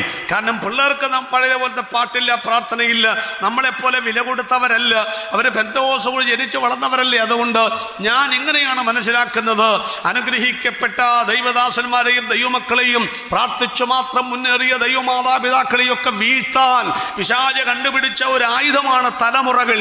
അതുകൊണ്ട് തലമുറകളെ, ഞങ്ങൾ 43 കൊല്ലം ഉയർത്തിപ്പിടിച്ച ഈ വേദപുസ്തകം, ഞങ്ങൾ 50 കൊല്ലം ഉയർത്തിപ്പിടിച്ച ഈ യേശുവിനെ, യേശുവല്ലാതെ മറ്റൊരു ദൈവമില്ലെന്ന് അന്തസ്സോടെ പറഞ്ഞ് ജീവിച്ച ഞങ്ങളെ നാണം കെടുത്തി ഞങ്ങളെ മൂലക്കിരുത്തുവാൻ നിങ്ങളെ കയ്യിൽ ആയുധമായി പിശാച് ഉപയോഗിക്കാൻ വെല്ലുവിളിച്ചാൽ, ഈ പുസ്തകമോർത്ത്, ഞങ്ങളുടെ കഴിഞ്ഞകാല ജീവിതമോർത്ത്, ഞങ്ങൾ വില കൊടുത്തതോർത്ത്, ഞങ്ങളുടെ പ്രസംഗം നിർത്താതിരിക്കാൻ, ഞങ്ങളുടെ പാട്ട് നിന്നു പോകാതിരിക്കാൻ നിങ്ങൾക്ക് ഞങ്ങളെ സഹായിക്കുവാൻ കഴിയും. യേശുവല്ലാതെ, യേശുവല്ലാതെ, ഏകരക്ഷകനല്ലാതെ, ഈ മാർഗത്തിൽ വിശ്വസിക്കുന്ന ഒരാളുമായിട്ടല്ലാതെ ഒരു വിവാഹ ബന്ധത്തിലേക്ക് വരാൻ ഇടയാകരുതെന്ന് പ്രാർത്ഥിക്കുന്ന ഒരു തലമുറ നമുക്ക് ഇടയിൽ ഉണ്ടാകട്ടെ എന്നാണ് എന്റെ പ്രാർത്ഥന.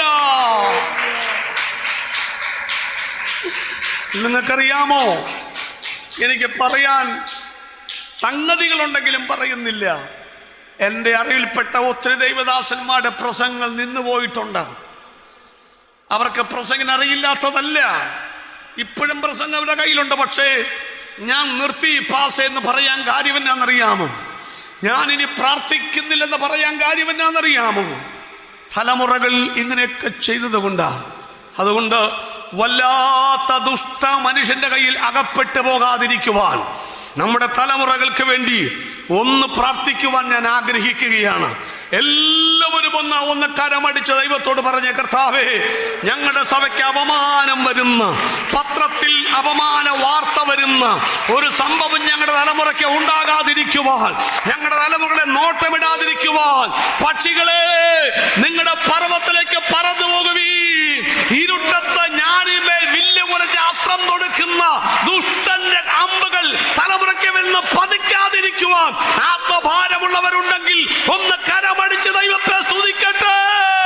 ഇഷ്ടമല്ലാത്ത, ദൈവികമല്ലാത്ത ബന്ധങ്ങളിൽ ചെന്ന് പെടരുത്.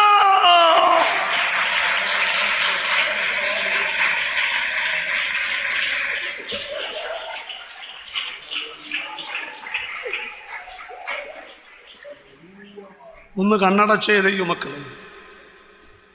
ഞാനൊരു ചോദ്യം ചോദിച്ചോട്ടെ ഇന്നത്തെ ഈ പ്രസംഗത്തിൻ്റെ മുമ്പിൽ.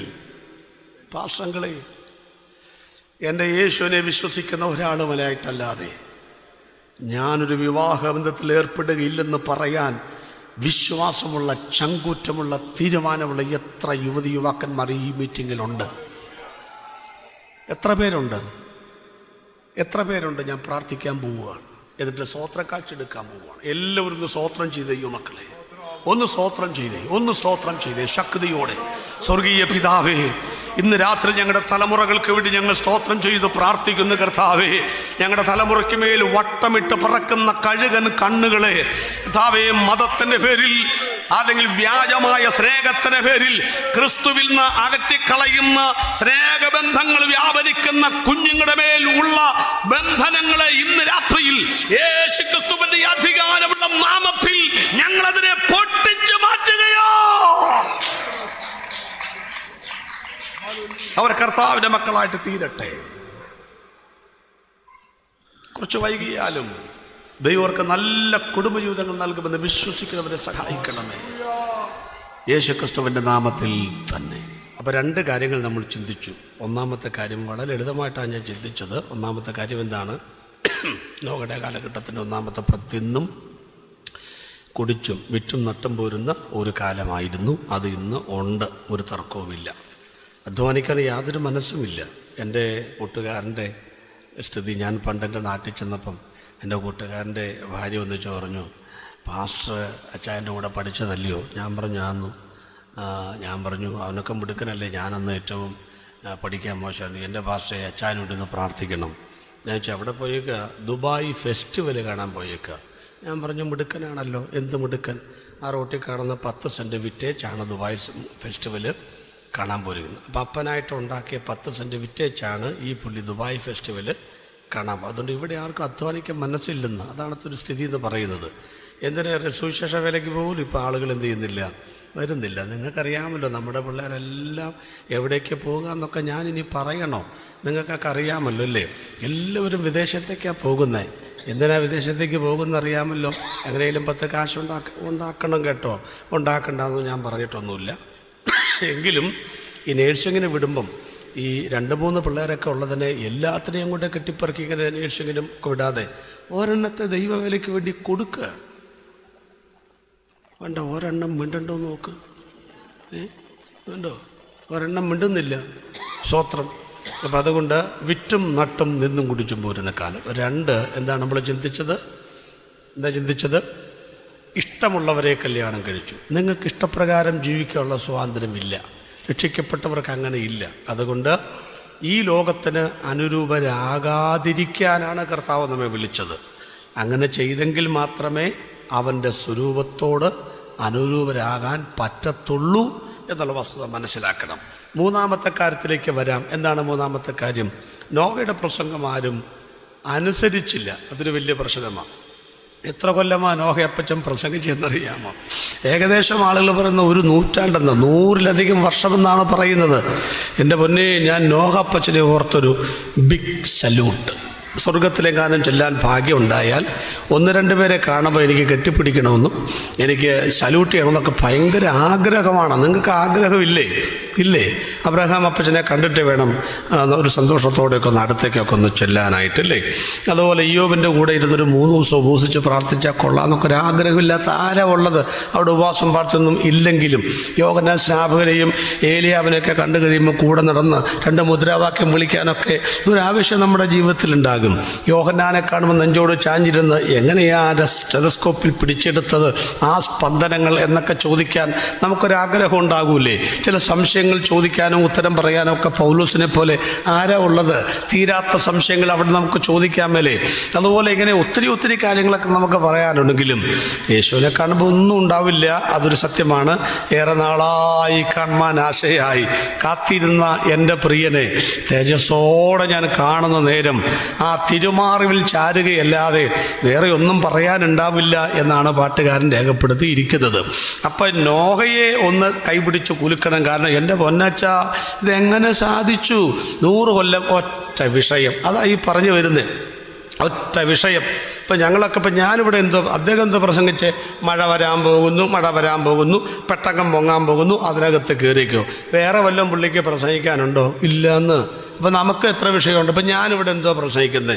ഇന്നലെ പ്രസംഗിച്ചു അന്ത്യ നാഴിക, ഇന്നെന്തോ പ്രസംഗിച്ചു അന്ത്യകാലം. നിങ്ങൾ ചിന്തിച്ചു അടുത്ത വർഷം ഇങ്ങനെ ഒരു പ്രാവശ്യം കൂടെ വിളിക്കാം. 2 ദിവസം കൊടുക്കണ്ട, 1 ദിവസം കൊടുത്താൽ മതി, വലിച്ചു നീട്ടും. അതുകൊണ്ട് 1 ദിവസം നിങ്ങൾ വിളിച്ചു വന്നിരിക്കട്ടെ. സപ്പോസ് ഉദാഹരണമാണ്. ഞാൻ അടുത്ത വർഷം വന്നിച്ച് പറയുകയാണ് നമുക്ക് ഇന്ന് അന്ത്യകാലം എന്ന വിഷയം പ്രസംഗിക്കാം. എന്ന് പറയുമ്പോൾ നിങ്ങളെന്താ പറയും? ഇത് കഴിഞ്ഞ കൊല്ലം പ്രസംഗിച്ചതാണല്ലോ, ഇങ്ങേർക്ക് വല്ല അൽഷിമേഴ്സിൻ്റെ രോഗം വന്ന് കാണുമായിരിക്കും.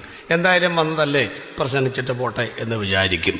പിറ്റത്തെ കൊല്ലം ഞാൻ വരികയെന്നിരിക്കട്ടെ, ഞാൻ അടുത്ത വർഷം വന്നിട്ട് പറയുകയാണ് ഇന്നത്തെ പ്രസംഗ വിഷയം അന്ത്യകാലം, അന്ത്യനാഴിക. അതോടുകൂടെ ഒരു കാര്യത്തിന് തീരുമാനമാകും, എൻ്റെ വിളപ്പിൽ ശാലയിലേക്കുള്ള വരവിൻ്റെ അന്ത്യകാലമായിരിക്കും അത്. പിന്നെ ഞാൻ ഒരിക്കലും ഇങ്ങോട്ടേക്കൊന്നും വരേണ്ടി വരില്ല, അതാണ് എൻ്റെ തോന്നൽ. എൻ്റെ ഈ പ്രസംഗമൊക്കെ യൂട്യൂബിൽ കേൾക്കുന്ന ആളുകളുണ്ട്. അപ്പോൾ അവർ ചിലപ്പോൾ എനിക്ക് കമൻ്റ് ഇടും, ഇത് നേരത്തെ പ്രസംഗിച്ച വിഷയമാണല്ലോ, പുതിയ വിഷയമൊന്നുമില്ലേ എന്നൊക്കെ ചോദിച്ച ആളുകൾ കമൻ്റ് ഇടാറുണ്ട്. ഈ ചിലപ്പോൾ ഞങ്ങളെ കളിയാക്കുന്ന ആളുകളൊക്കെ ഉണ്ട് കേട്ടോ. ഇപ്പോഴും ഞാൻ ഓർക്കുന്നുണ്ട്, ഒരാൾ ഒരു ദൈവദാസൻ്റെ കുടുംബത്തിൽ അവർ ചോദിച്ചു, പാസ്റ്റർക്കൊക്കെ എന്നാ സുഖമാണ്, ഒരു പ്രസംഗം ഉണ്ടെങ്കിൽ ലോകം മുഴുവൻ നടക്കാം. കണ്ടോ, കളിയാക്കുന്ന രീതി ഉണ്ടോ? ഒരു പ്രസംഗമുണ്ടെങ്കിൽ ലോകം മുഴുവൻ നടക്കാം. ഞാൻ തമാശയ്ക്ക് പറഞ്ഞു, ശരിയാ സഹോദരിയുടെ ഭർത്താവിന് ഒരു പ്രസംഗം പോലും ഇല്ലാത്തത് കൊണ്ടാണ് വീട്ടിൽ കുത്തിയിരിക്കുന്നത്. തമാശ പറയാൻ പറ്റിയ ആളുകളായതുകൊണ്ട് പറഞ്ഞതേ ഉള്ളു കേട്ടോ, അതൊന്നും വലിയ ഗൗരവമായിട്ട് എടുക്കരുത്. പ്രിയപ്പെട്ടവർ, ഒരു പ്രസംഗമൊക്കെ ഉണ്ടാക്കാൻ വലിയ പാടാണെന്നേ, വലിയ ബുദ്ധിമുട്ടാണെന്നേ. ഒരു കൊച്ചിന് നമ്മൾ പേരിടുന്ന പോലെയാണ് ഞാനൊക്കെ ഒരു പ്രസംഗത്തിന് പേരിടുക. കാരണം അതൊക്കെ അന്ത്യകാലം, അന്ത്യനാഴിക, അല്ലെങ്കിൽ നിൻ്റെ മേൽവിലാസം മാറ്റം ദൈവം എന്നൊക്കെ പറഞ്ഞ് എത്ര പ്രാർത്ഥിച്ചിട്ടാണെന്നറിയാമോ? ഈ വിഷയത്തിന് മടുപ്പില്ലാത്ത കാര്യമാണ് ഞാൻ ഈ പറയുന്നത്. നോഹയോട് വിളപ്പിൽ ശാലക്കാർ ചോദിച്ചു, പച്ച എന്തോ അവിടെ നിന്നു എന്തോ വരുമെന്നായി പറയുന്നത്? മോനെ, മഴ വരും. അച്ഛാ, മഴ കണ്ടിട്ടുണ്ടോ?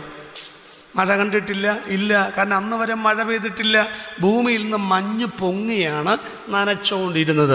എങ്ങനെയാ പൊങ്ങുന്നതെന്ന് പോലും എനിക്കറിയാത്തില്ല. എന്നെ മഞ്ഞ് വന്ന് വീഴുകയല്ലയോ? പദങ്ങളൊക്കെ ഇനി സൂക്ഷിച്ച് പഠിച്ചിട്ട് വേണം പറയാനായിട്ട്. മഞ്ഞ് പൊങ്ങിയാണ് നനച്ചുകൊണ്ടിരുന്നത്. അപ്പോൾ ചോദിച്ചു, വിളപ്പിൽ ശാലക്കാർ ചോദിച്ചു, അപ്പച്ച എന്തോ വരുമെന്നാണ് പറയുന്നത്? മക്കളെ, മഴ വരും. അപ്പച്ച, മഴ കണ്ടിട്ടുണ്ടോ? കണ്ടിട്ടില്ല. അപ്പച്ച, ഒരു കാര്യം പറഞ്ഞേക്കാം, പ്രായത്തെ ഞങ്ങളങ്ങ് മാനിക്കുന്നതേ ഉള്ളൂ കേട്ടോ.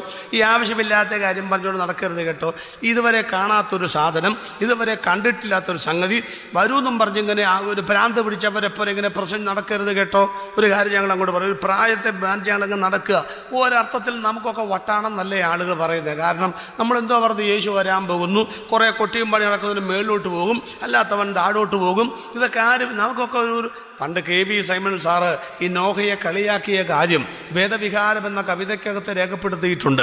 ഈ നോഹയെ നോക്കിയിട്ട് ആൾ പറയുക, ഇവൻ്റെ തലയുടെ സ്ക്രൂ 1-2 അഴിഞ്ഞിട്ടുണ്ട്, എണ്ണ തേച്ചു കൂടി 2-3 ഭംഗിയായി ചെയ്തിടുകിൽ കുറേയൊക്കെ മാറും ഈ ചെറുപറ പറച്ചിലും. മനുഷ്യനായാൽ മണ്ടയിൽ തലച്ചോറ് വേണ്ടേ, വല്ല ഗുണ്ടാമണ്ടിയും ഒപ്പിച്ചിടുമെന്നാണ് ഇയാൾക്ക് വട്ടാണെന്നാണ് പറയുന്നത്. സത്യം പറഞ്ഞാൽ നമ്മളെ നോക്കിയിട്ടും ആളുകൾ പറയുന്ന ഊളന്മാരുന്ന, വട്ടന്മാരുന്ന, യാതൊരു ബോധവും പൊക്കണവും വിവരമില്ലാത്തവരെന്ന നമ്മളെക്കുറിച്ചൊക്കെ പറയുന്നേ. നമ്മുടെ ഒരുമാതിരി മട്ടും മാതിരിയും കണ്ടാൽ ഒരവട്ട് പോലെ തോന്നുകയും ചെയ്യുന്ന ഞാൻ പ്രധാനം പറയാറ്. നമ്മൾ ഈ പാട്ട് പാടുകയും ആടുകയും ചുമ്മാ വന്നിരുന്ന് ചിങ്ങനെ ആടുകയൊക്കെ ചെയ്ത് കാണുമ്പം ഏതോ ഒരു പിരി ഇളകിയതുപോലെ നമ്മുടെ മൊത്തത്തിലുള്ള സംഭവങ്ങളൊക്കെ.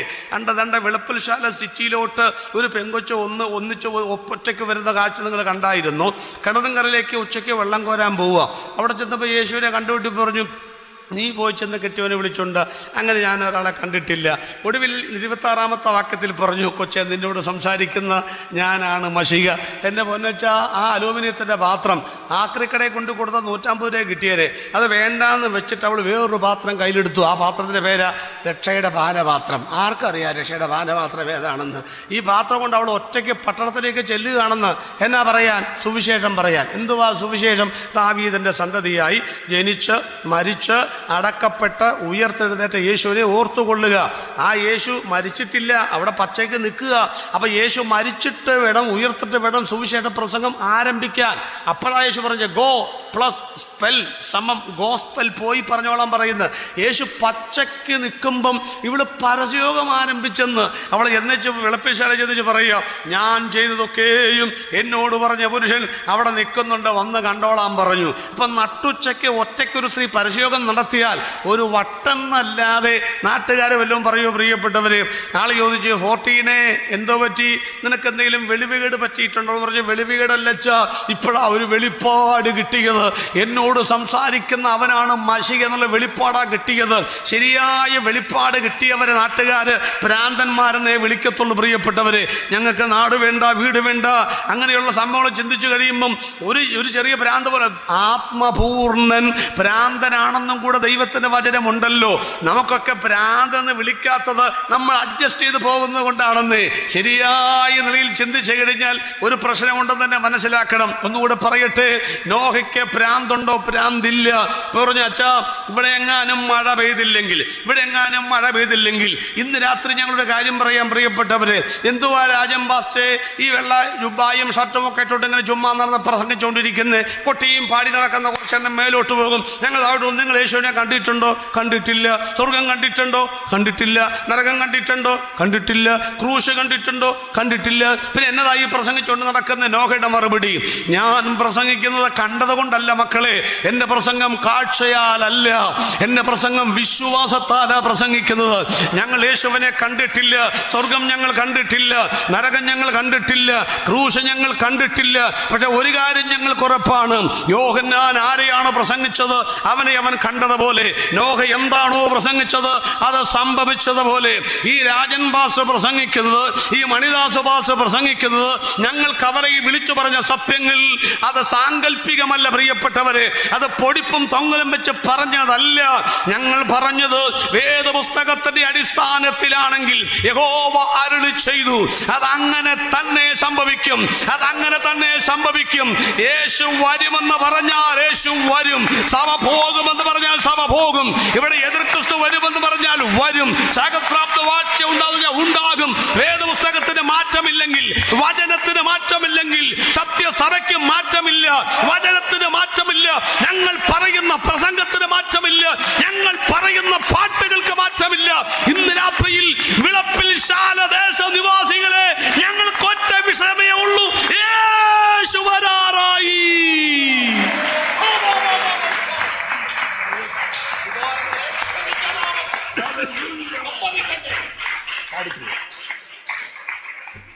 അച്ഛാ നോക്കിയപ്പച്ച എന്തോ അതെ എൻ്റെ അപ്പച്ചോടൊരു ബഹുമാനമൊക്കെ ഉണ്ട്, ഇത്ര പ്രായമുണ്ടല്ലോ.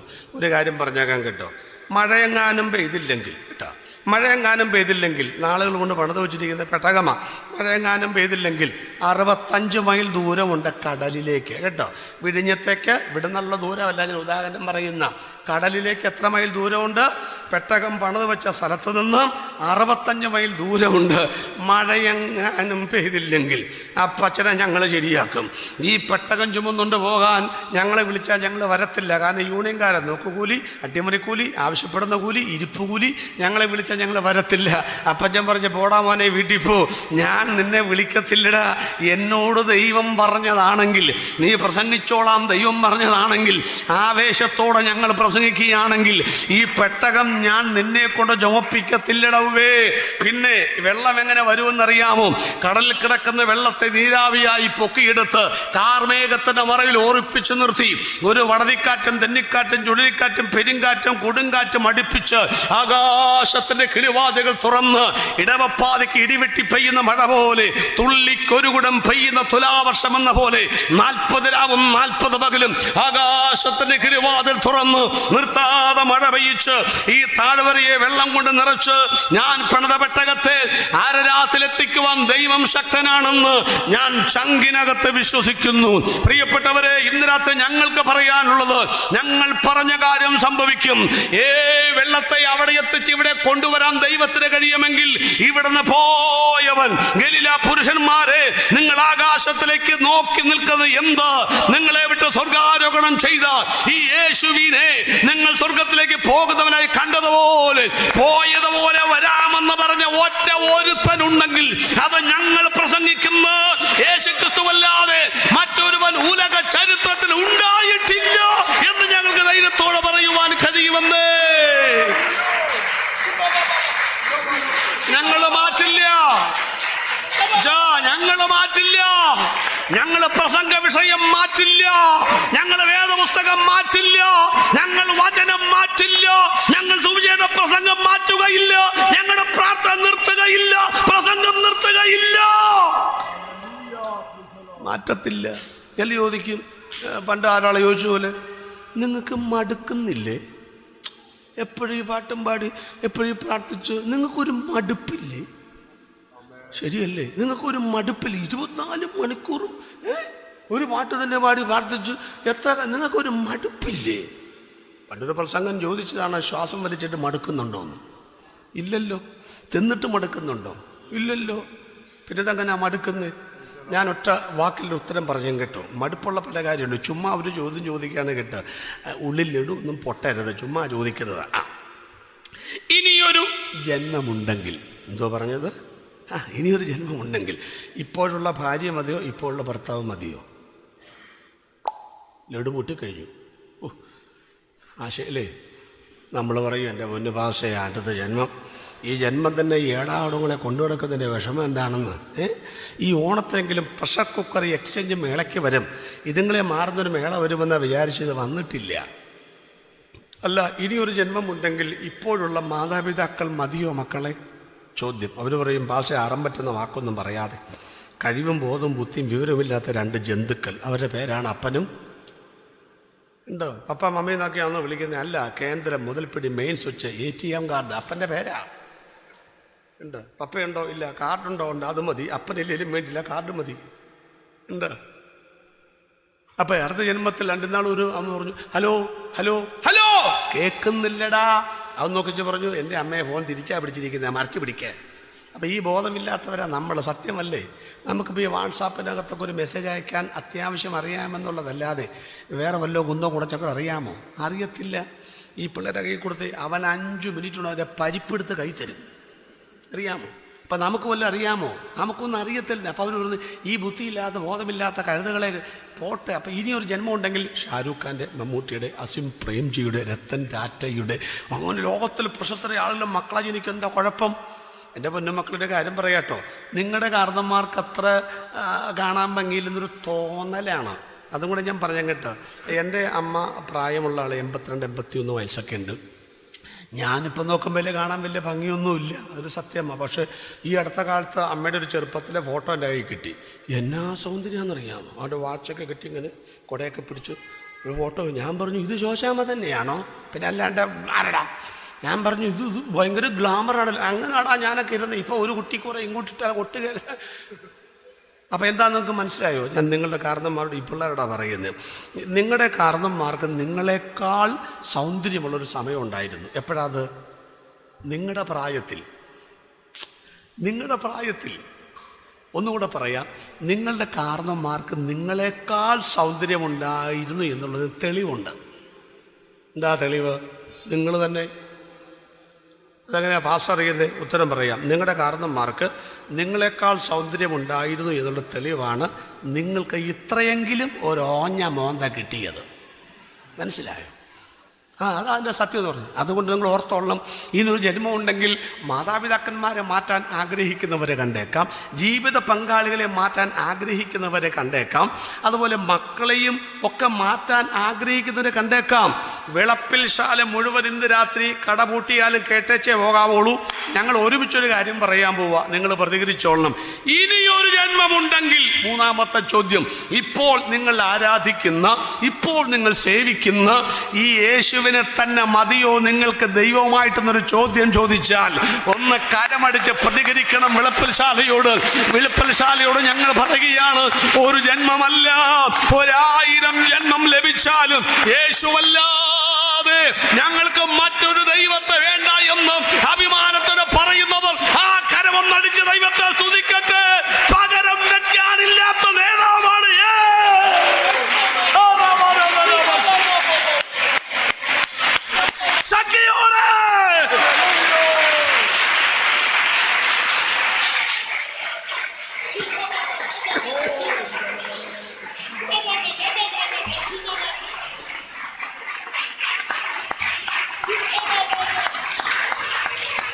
അതാണ് യേശു. അതുകൊണ്ട് പ്രിയപ്പെട്ടവരെ, എത്ര പ്രസംഗിച്ചാലും നോഹയ്ക്ക് മടുത്തിട്ടില്ല. ഞാൻ ചോദിക്കട്ടെ രാജൻ പാസ്റ്ററോട്, യേശുവിനെ പ്രസംഗിച്ച് മടുത്തോ? ഇനി മടുക്കുമോ? ചത്താലും മടുക്കുകയില്ല.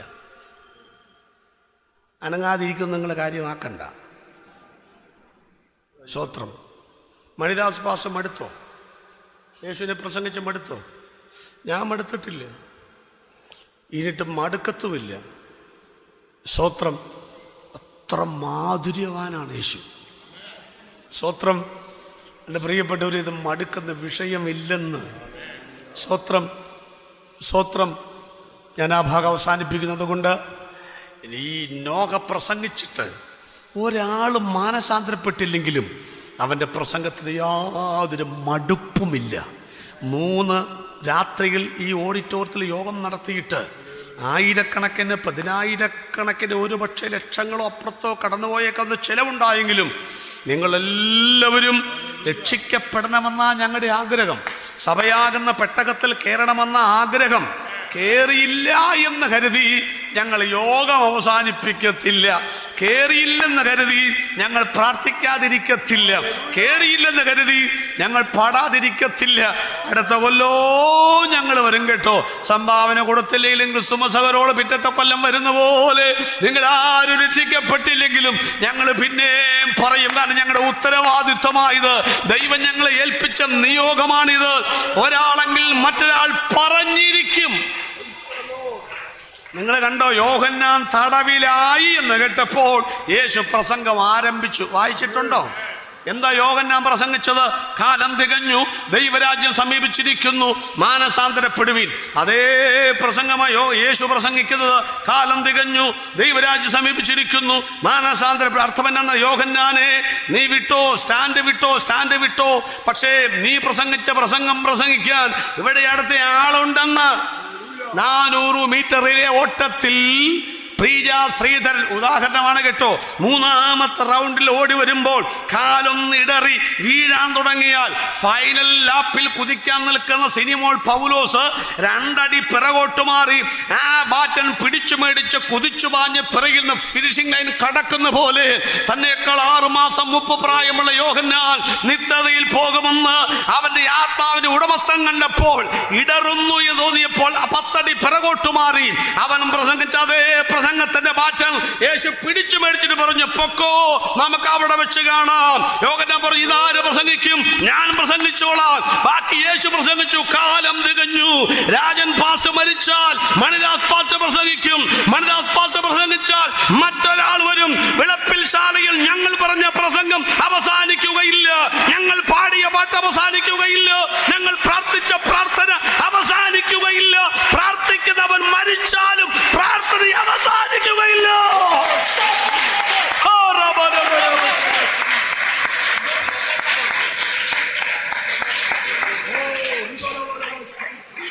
എക്സ്പയർഡ് ഡേറ്റ് കഴിഞ്ഞ സാധനങ്ങൾ ഇവിടെ വാങ്ങാറില്ല. ഏത് സാധനത്തിന്റെ മേലുണ്ട് ഇത് ഇത്ര ദിവസം കഴിയുമ്പോൾ അത് ക്യാൻസലാണ്, പിന്നെ അതിന് ക്വാളിറ്റി ഇല്ല. പക്ഷെ ഞങ്ങൾ പ്രസംഗിച്ച പ്രസംഗത്തിന് ഒന്നുകൂടെ പറയട്ടെ, പ്രാർത്ഥിക്കുന്നവനെ കല്ലെറിഞ്ഞു കൊന്നാലും അവന്റെ പ്രാർത്ഥന ഇവിടെ മരിക്കുകയില്ല.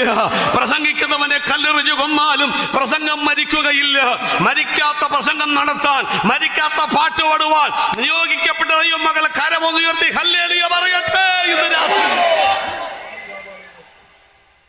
നോഹ മടുത്തില്ല കേട്ടോ. അവൻ ശക്തമായി പ്രസംഗിച്ചു. ഇനി പ്രസംഗിച്ചതിൻ്റെ 4ാമത്തെ ഭാഗത്തേക്ക് നമുക്ക് നിർത്തണം, അല്ലേ? സമയമാകും. എന്താണ് പ്രസംഗം? ആര് കേട്ടില്ലെങ്കിലും, ആരും എല്ലാവരും കേട്ടെങ്കിലും ആരനുസരിച്ചില്ല. ഇല്ലെങ്കിലും മഴ പെയ്ത് പെട്ടകം പൊങ്ങിയെന്ന്. ഈ പെട്ടകം 2 കൂട്ടർക്ക് നിഴല. ഒന്ന് ക്രിസ്തുവിനും ഒന്ന് സഭയ്ക്കും. ക്രിസ്തുവിനും നിഴലാണ്, സഭയ്ക്കും നിഴലാണ്. എൻ്റെ അർത്ഥം എന്നാന്നല്ലോ മനസ്സിലായോ? ഗോഹർമരം മുറിച്ചത് താഴ്വരയിൽ, ആശാരി ചവിട്ടിപ്പിടിച്ചിരുന്നത് താഴ്വരയിൽ, അതിനെ കൊട്ടുവടി കൊണ്ട് അടിച്ചൊതുക്കിയത് താഴ്വരയിൽ, സ്കെയിൽ വെച്ച് അതിനെ അളന്ന് മുറിച്ചത് താഴ്വരയിൽ, അതിന് കീലും പശയും ഇട്ടത് താഴ്വരയിൽ, അതിന് ചിന്തേറിട്ടത് താഴ്വരയിൽ, അതിന് എല്ലാ പങ്കപ്പാടുകളും ചെയ്തത് താഴ്വരയിൽ, ഇതിനെ ഒതുക്കിയതും മുറിച്ചതും തേച്ചതും കുറിച്ചതും എല്ലാം താഴ്വരയിലാണെങ്കിലും അതിനെ ഉറപ്പിച്ചത് താഴ്വരയിലല്ല, അരരാത്തിൻ്റെ മുകളിലാണ്. യേശുക്രിസ്തുവിനും യേശുക്രിസ്തുവിൻ്റെ സഭയ്ക്കും നിന്നയുള്ളത് ഈ വിളപ്പിൽ ശാലയിലാണ്. ഞങ്ങൾ വേദവസ്ഥ കടന്നു പോകുമ്പോൾ സ്വസ്ത്രം പ്രസംഗം എന്ന് വേലിയിൽ ഓന്തിരിക്കുന്ന പോലെ ഞങ്ങളെ കളിയാക്കുന്നവരും ഒരുപക്ഷെ നാട്ടുകാരാ. രോഗമുള്ളത് ഈ ശരീരത്തിനകത്ത്, പ്രശ്നമുള്ളത് ഇവിടത്തെ പ്രശ്നമാ. പക്ഷെ ഞങ്ങൾ ഉറയ്ക്കുന്ന വിളപ്പിൽ ശാലയിൽ അല്ല, സഭ ഉറയ്ക്കുന്ന കേരളത്തിന്റെ അനന്തപുരിയിലല്ല, സഭ ഉറയ്ക്കുന്ന മലയാളക്കരയിലല്ല, സഭ ഉറയ്ക്കുന്ന ഏഷ്യ ഭൂഖണ്ഡത്തിലല്ല. ഒരുത്തനും കയ്യെത്തിപ്പിടിക്കുവാൻ കഴിയാത്ത ആരാധന മുകളിൽ ഞങ്ങളെ ഉറപ്പിച്ച് നിർത്താമെന്ന് പറഞ്ഞ ദൈവത്തിന്റെ വാഗ്ദത്തത്തിനായി ഇന്ന് രാത്രി ഞങ്ങൾ ദൈവത്തെ സ്തുതിക്കുകയാണ്. നിന്നെ ഉയരത്തിൽ ഉറപ്പിക്കുന്ന ദൈവത്തിനായി ദൈവത്തിന് സ്തോത്രം.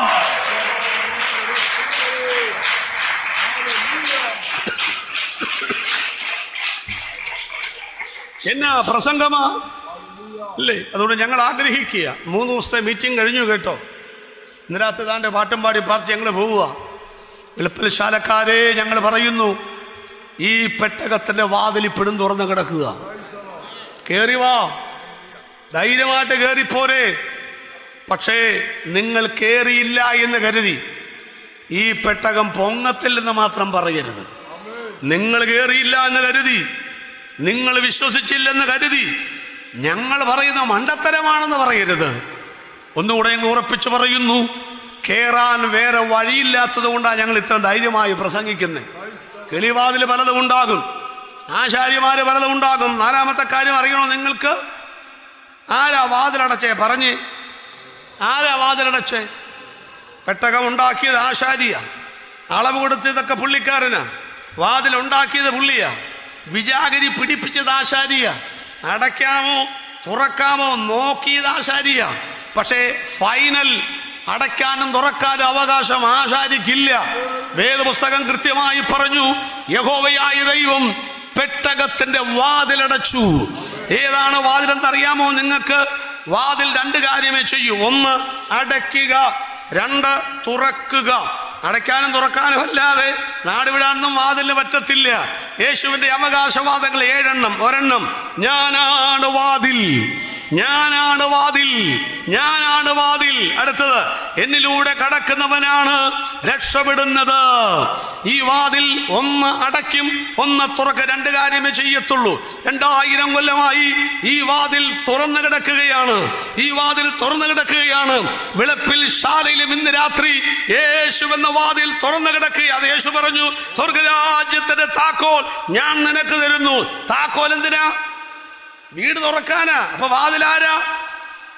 ആരാ വലിയവൻ? താക്കോല. നിങ്ങളിപ്പോ വണ്ടിക്ക്, നിങ്ങളുടെ വണ്ടിയാണോ താക്കോലാണോ വലുത്? വണ്ടിയാണോ താക്കോലാണോ വലുത്? വണ്ടിയല്ലേ വലുത്, താക്കോല് ചെറുതല്ലേ. നിങ്ങളുടെ 1 കോടി രൂപയുടെ വീടാണ്, 2500 സ്ക്വയർ ഫീറ്റ് വീടാണോ വലുത്? ഇത്ര താക്കോലാണോ വലുത്? വീടല്ലേ വലുത്. പക്ഷെ മൂല്യം ഏതിനാണെന്നറിയാമോ? താക്കോലിനാ. എന്താ കാര്യം? താക്കോലും കൊണ്ട് വീട്ടിൽ ചെല്ലുമ്പം പോക്കറ്റിൽ തപ്പി നോക്കുമ്പോൾ താക്കോലില്ല. എന്തോ ചെയ്യാൻ പറ്റും? പട്ടി കുറയ്ക്കുന്നില്ല, മുറ്റം നടന്ന് കുറയ്ക്കാന്നല്ലാണ്ട് അകത്ത് കയറാൻ ഒക്കുകയില്ല. 1 കോടി രൂപയുടെ വീടാന്നൊരു താക്കോലേക്ക് തള്ളിക്കൊണ്ടു പോകാനും പോലും പറ്റത്തില്ലെന്ന്. സ്വർഗം വലിപ്പം കൊണ്ട് വലുതാണെങ്കിലും അതിനേക്കാൾ മൂല്യം ക്രിസ്തുവിന്.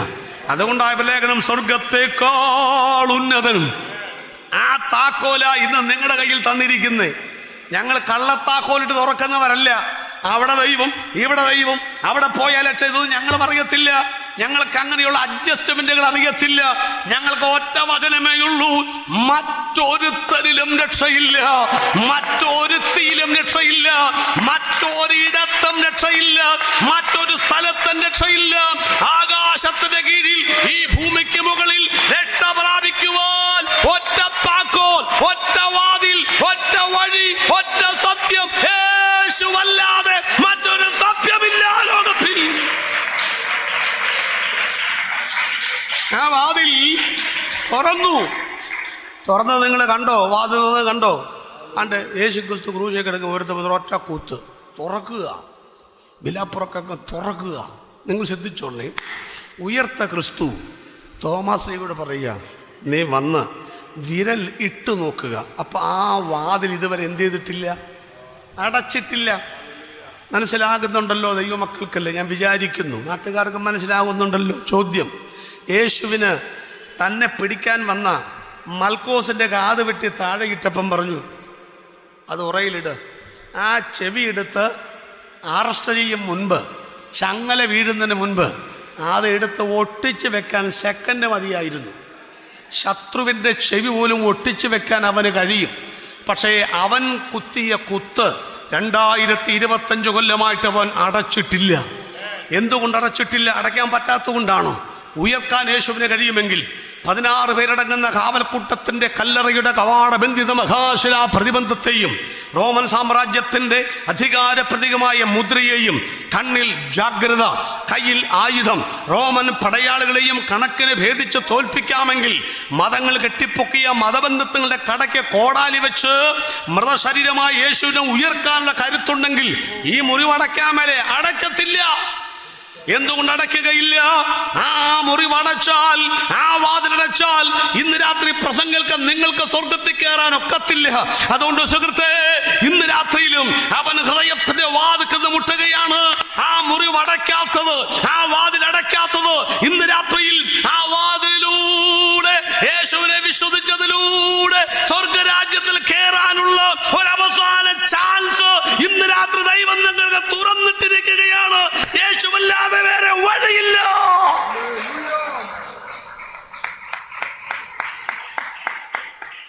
നമുക്കൊന്ന് എഴുന്നേൽക്കാമല്ലോ.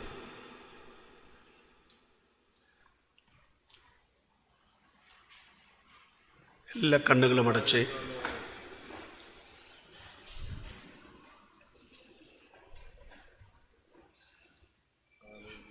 ഇന്ന് രാത്രിയിൽ എല്ലാ കണ്ണുകളും അടയുമ്പോൾ ആൻ്റെ കുത്തി തുറക്കപ്പെട്ടൊരു വാതിൽ, അത് കാണാനുള്ള കഴിവുണ്ടോ നിങ്ങൾക്ക്? 2 കള്ളന്മാരിൽ ഒരുത്തൻ മാത്രം അത് കണ്ടു. ഈ രാത്രിയിൽ നിങ്ങൾ പറയുമോ, ഈ വാതിലടയ്ക്കാത്തത് എനിക്ക് വേണ്ടിയായിരുന്നു? 2 കണ്ണുമടച്ച് നെഞ്ചറ്റത്തോടൊന്ന് കൈവെക്കാമോ? ഒന്ന് പ്രാർത്ഥിക്കാമോ?